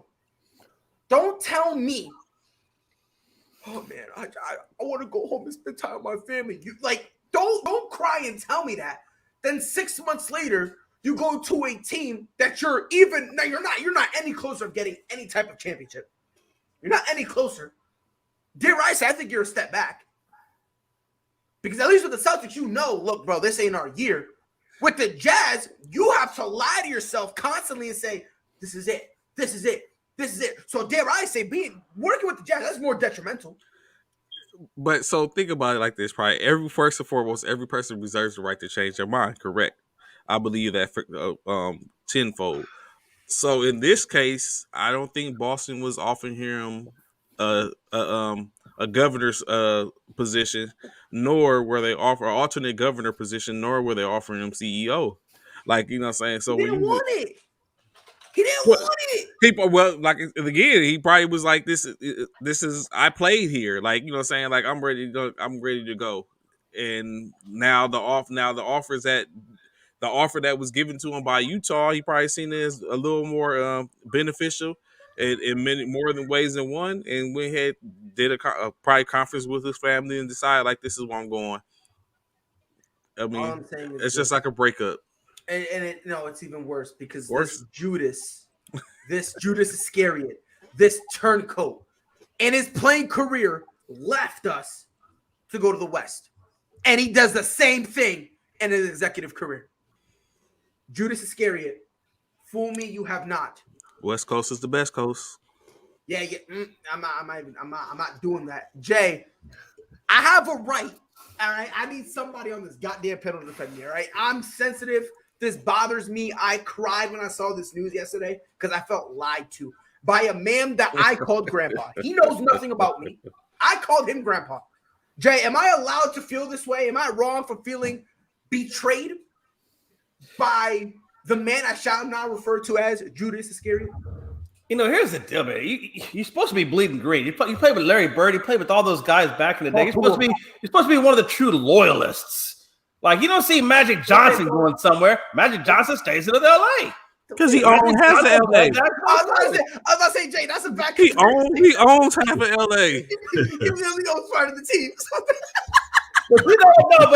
Okay, whatever. But maybe it is, but you still see what I'm saying. That proves my point. Actually, no, you're wrong, Prime. I'll tell you why. He bleeds it so hard that he bought into it with his own damn money.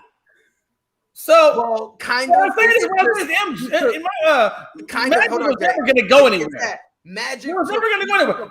But and that's the thing. Okay, well, Larry Bird. I thought Bird would be great to stay with but he wanted to go to Ainge. I don't know, but there's a certain type of person. If you're and it's two mentalities. If you're like a Lakers type of guy, you're a Lakers type of guy. If you're a Boston kind of guy, you're a Boston kind of guy. They don't leave and go different places. They just stay there. Yeah, I don't know, man. I mean, he's not gonna do shit with Utah anyway. He's not gonna do anything with Utah. He did, he should have just stayed in retirement. Yeah. Matter of fact, let me ask you this, Pride. Real quick, Trey. Let me just say two things real quick. First, the thing with Magic Johnson, it's not really that he bought it. He literally took a pay cut for, I think it was Vlade Divac, if I'm mistaken. And then when he took that pay cut, they were like, look, bro, you still need money. We'll give you a cut of the team. So he said, I'll take it. And two, for me, this isn't a loyalty thing, okay? You lied to me, okay? You had a grown man in Pride watching you saying, we're going to catch Brad Stevens up. I'm riding off into the sunset. You had me with a cowboy hat going yeehaw, going pew-pew like I was a kid. You lied to me. That's the case, Pride. You need to grow up and see how the world really is. Okay, Jay, that's the case. You need to stop being so damn naive, Pride. Oh, hold on. Whoa. Yeah, Pride. I said it. You're naive. You're naive to think that people can't come back and do things like that. You're a little naive on that one. I'm naive, and I'm here. That's why. There's a bridge. That's from a cowgirl fan. Hey, Mitch. We know what I said to you earlier. I still believe it. Shut your mouth. Mitch. Last 27 years. Trey, real quick, you wanted to say something. Go ahead and continue I was just going to ask you a the man question. that betrayed Jesus. No, I was just going to ask you a question. Like, in all that Larry Bird done for the Boston organization, why wasn't he given a front office or opportunity in Boston? Well, the thing was, is at the time he was offered it, but Larry Bird didn't. He loved Boston, but it's more of a I want to go back home to Indiana type of thing that he had, right?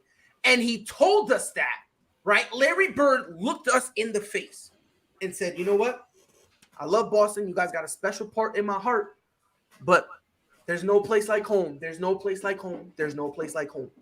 And I'm okay with that. See, Danny Ainge leaving doesn't faze me, right? Mm-hmm. It's the fact that this man, this fibber, this man who spins webs with his mouth, this liar, okay, this Judas Iscariot, goddammit, lied to me, okay. He lied to Little Pride, okay. And listen, I don't care. I don't give a shit that it was only 6 months ago. Okay, I don't care. I was still Little Pride because every time I look at this man, I look at the hoodwink deal he did when he fleeced Brooklyn, right? And mind you, I hate New York. Hate it with a passion. I can't stand it. I hate New York. There's only one man in New York I would waste my time saving, and that is Jacob deGrom. That's it. And the only stipulation is that he needs to be a Boston Red Sox. And if he says no, shrug my shoulders, figure it out on your own. Pew pew. Right? Like. When he did that, he was my hero. He was my idol. He lied to me. Trey, imagine if your hero lied to you. Now, hold on. I'm sorry. Go ahead, is this the same thing as Kyrie Irving and what happened with him in Celtics? No. Kyrie, good riddance. I was good riddance. It was fine. It didn't work. You know what I mean? Like what we had, he just did not fit. That's it. I'm not going to go on a whole Kyrie Irving tangent. Okay. Danny Ainge knew he didn't fit. Brought him in. Fuck Nanny. That's how it is. That's how I knew from the beginning he was out here to set us up. But my thing is, matter of fact, no, it is like Kyrie. Because didn't Kyrie said, if y'all resign me, if y'all will have me, I'll resign or something like that. That's what I was saying. Man, he told it to the media in public. Yeah. And he did that twice. He did that in Cleveland. Cleveland asked him, yo, would you stay? He goes, yeah, I would never leave. Womp womp. He said it to the public and in the media. He said that to a kid, Kyrie. In Cleveland. He said it personally on TV and all of that. And Kyrie, what he did all year long, he blamed his teammates and then played like shit in the process instead of blaming himself. And then he complained in the press conference. I need to take 20 shots when you're missing most of those 20 shots that you are taking. So I got him missing 15 shots. At least his basketball player shoots the ball. Yeah, look, I'm a shut the fuck up, man. Hey, that's my team. I can say it if I want. Trey, you know that was funny. Come on, Trey. Come on, Trey. I want to have an episode one day. We're not going to tell Trey when our sole purpose is to break him. We need to make him laugh hysterically on camera. And I thought that was a good one. God damn. It was a good one, Mitch. Y'all have to wait for that. It was a great one. Trey said never that. Yeah, that's not an easy win. But and I never said it was gonna be easy. Y'all do better waiting on Detroit to get to the playoffs. Look here, listen, bro. We gonna make it to the playoffs. Matter of fact, just for that, I'm an undercover Detroit fan. I'm gonna be like Freddie, right? I'm gonna claim the Patriots, right? But then I'm a there it is. I got him. Yes, I got him. Yes. What'd he say? Let's go. That's so stupid. Mine was better than that. What the hell? Yes, I got him, ladies and gentlemen. Finally, I did something right. Finally, I succeeded a goal. But look, man, my only problem with this, man, just be honest. That's really it. If you were half in, half out, just say, look, I love Boston. You know, we've had great times, but like everything in life, there's a time where we've got to separate. You know, Boston needs to go this way with a new guy and see if he can figure it out. And I got to go my own way. And, you know, if it, you know what I mean? I'm going to see if I want another executive. Don't sell me on the whole, you know, I'm riding off into the sunset.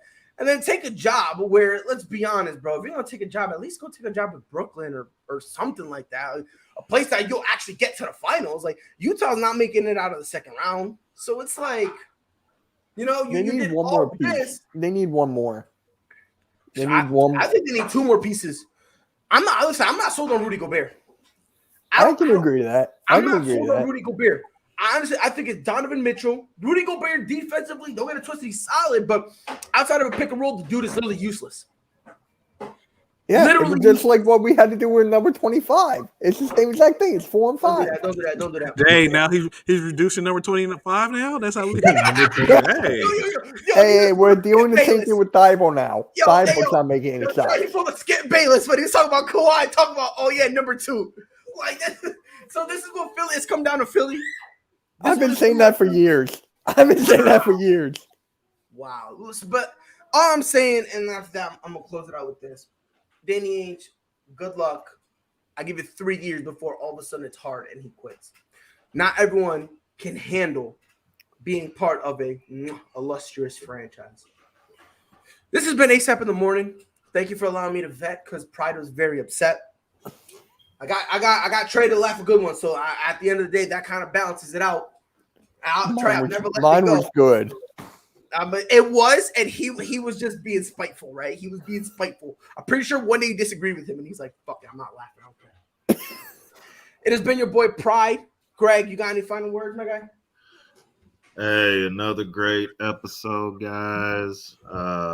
Love being on with y'all. My Chiefs are gonna get the dub tonight, 27-17. Be in the driver's seat for a 6th straight AFC West division title. Is going down tonight. So at 10:30 p.m. Central Time, SoFi Stadium is gonna be so fine. Because it's gonna be a great night. I can't wait. Coach, got any final words for the people? And shout out to everybody, man. Shout out to everybody on the panel. Got a big weekend coming this weekend, man. Starting today. Y'all know I got the coach's corner. We talk the hottest topics, Chiefs game, NBA.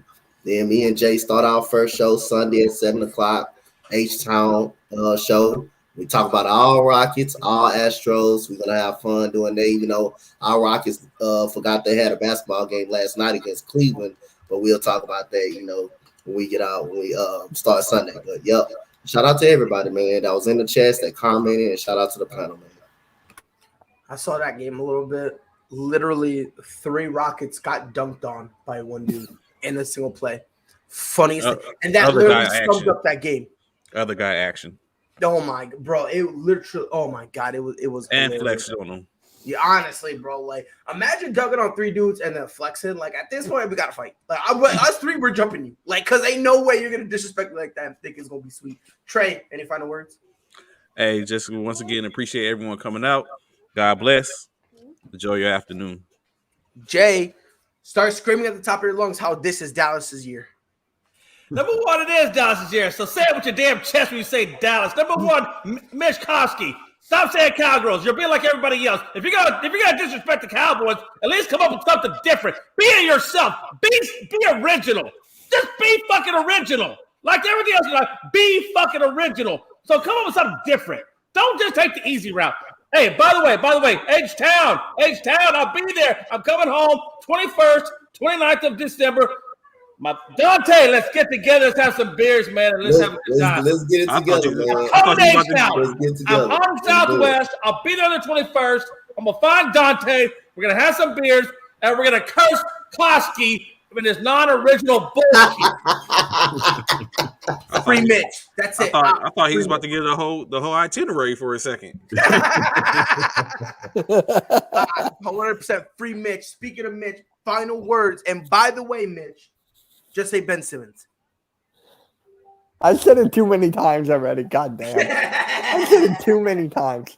At least I'm not a Ben Simmons defender. But dude, it was fun to be on here again. I love being on here. Just send me the link. I'm here. Bet, bro. 100%. We love having you here. Free Ben Simmons. Everyone in the chat, thank you for being here. Obviously, it makes it even more fun when not only Can we yell at each other, but yell at you guys because it's fun. Appreciate you guys watching as always. You know what I mean? Share and all that good stuff. Let the world know we're here because I'm telling y'all, we are the greatest thing since sliced bread. Okay, we are phenomenal. We are the best of the best, the cream of the crop.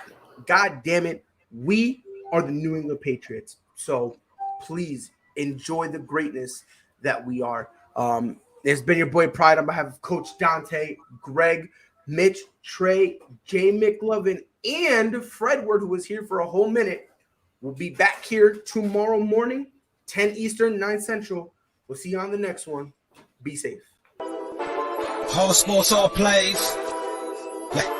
All sports, all plays. All sports, all plays. 365, we're making up plays. You talking the game, get you through the days. We're high in the court, the dime in the lane. Variety, topics, living the same. All presentation, sports information. Hitting the airways, taking the nation. All sport, all plays, they working your faces. Grace at the field, so tie the laces. All sports, all plays.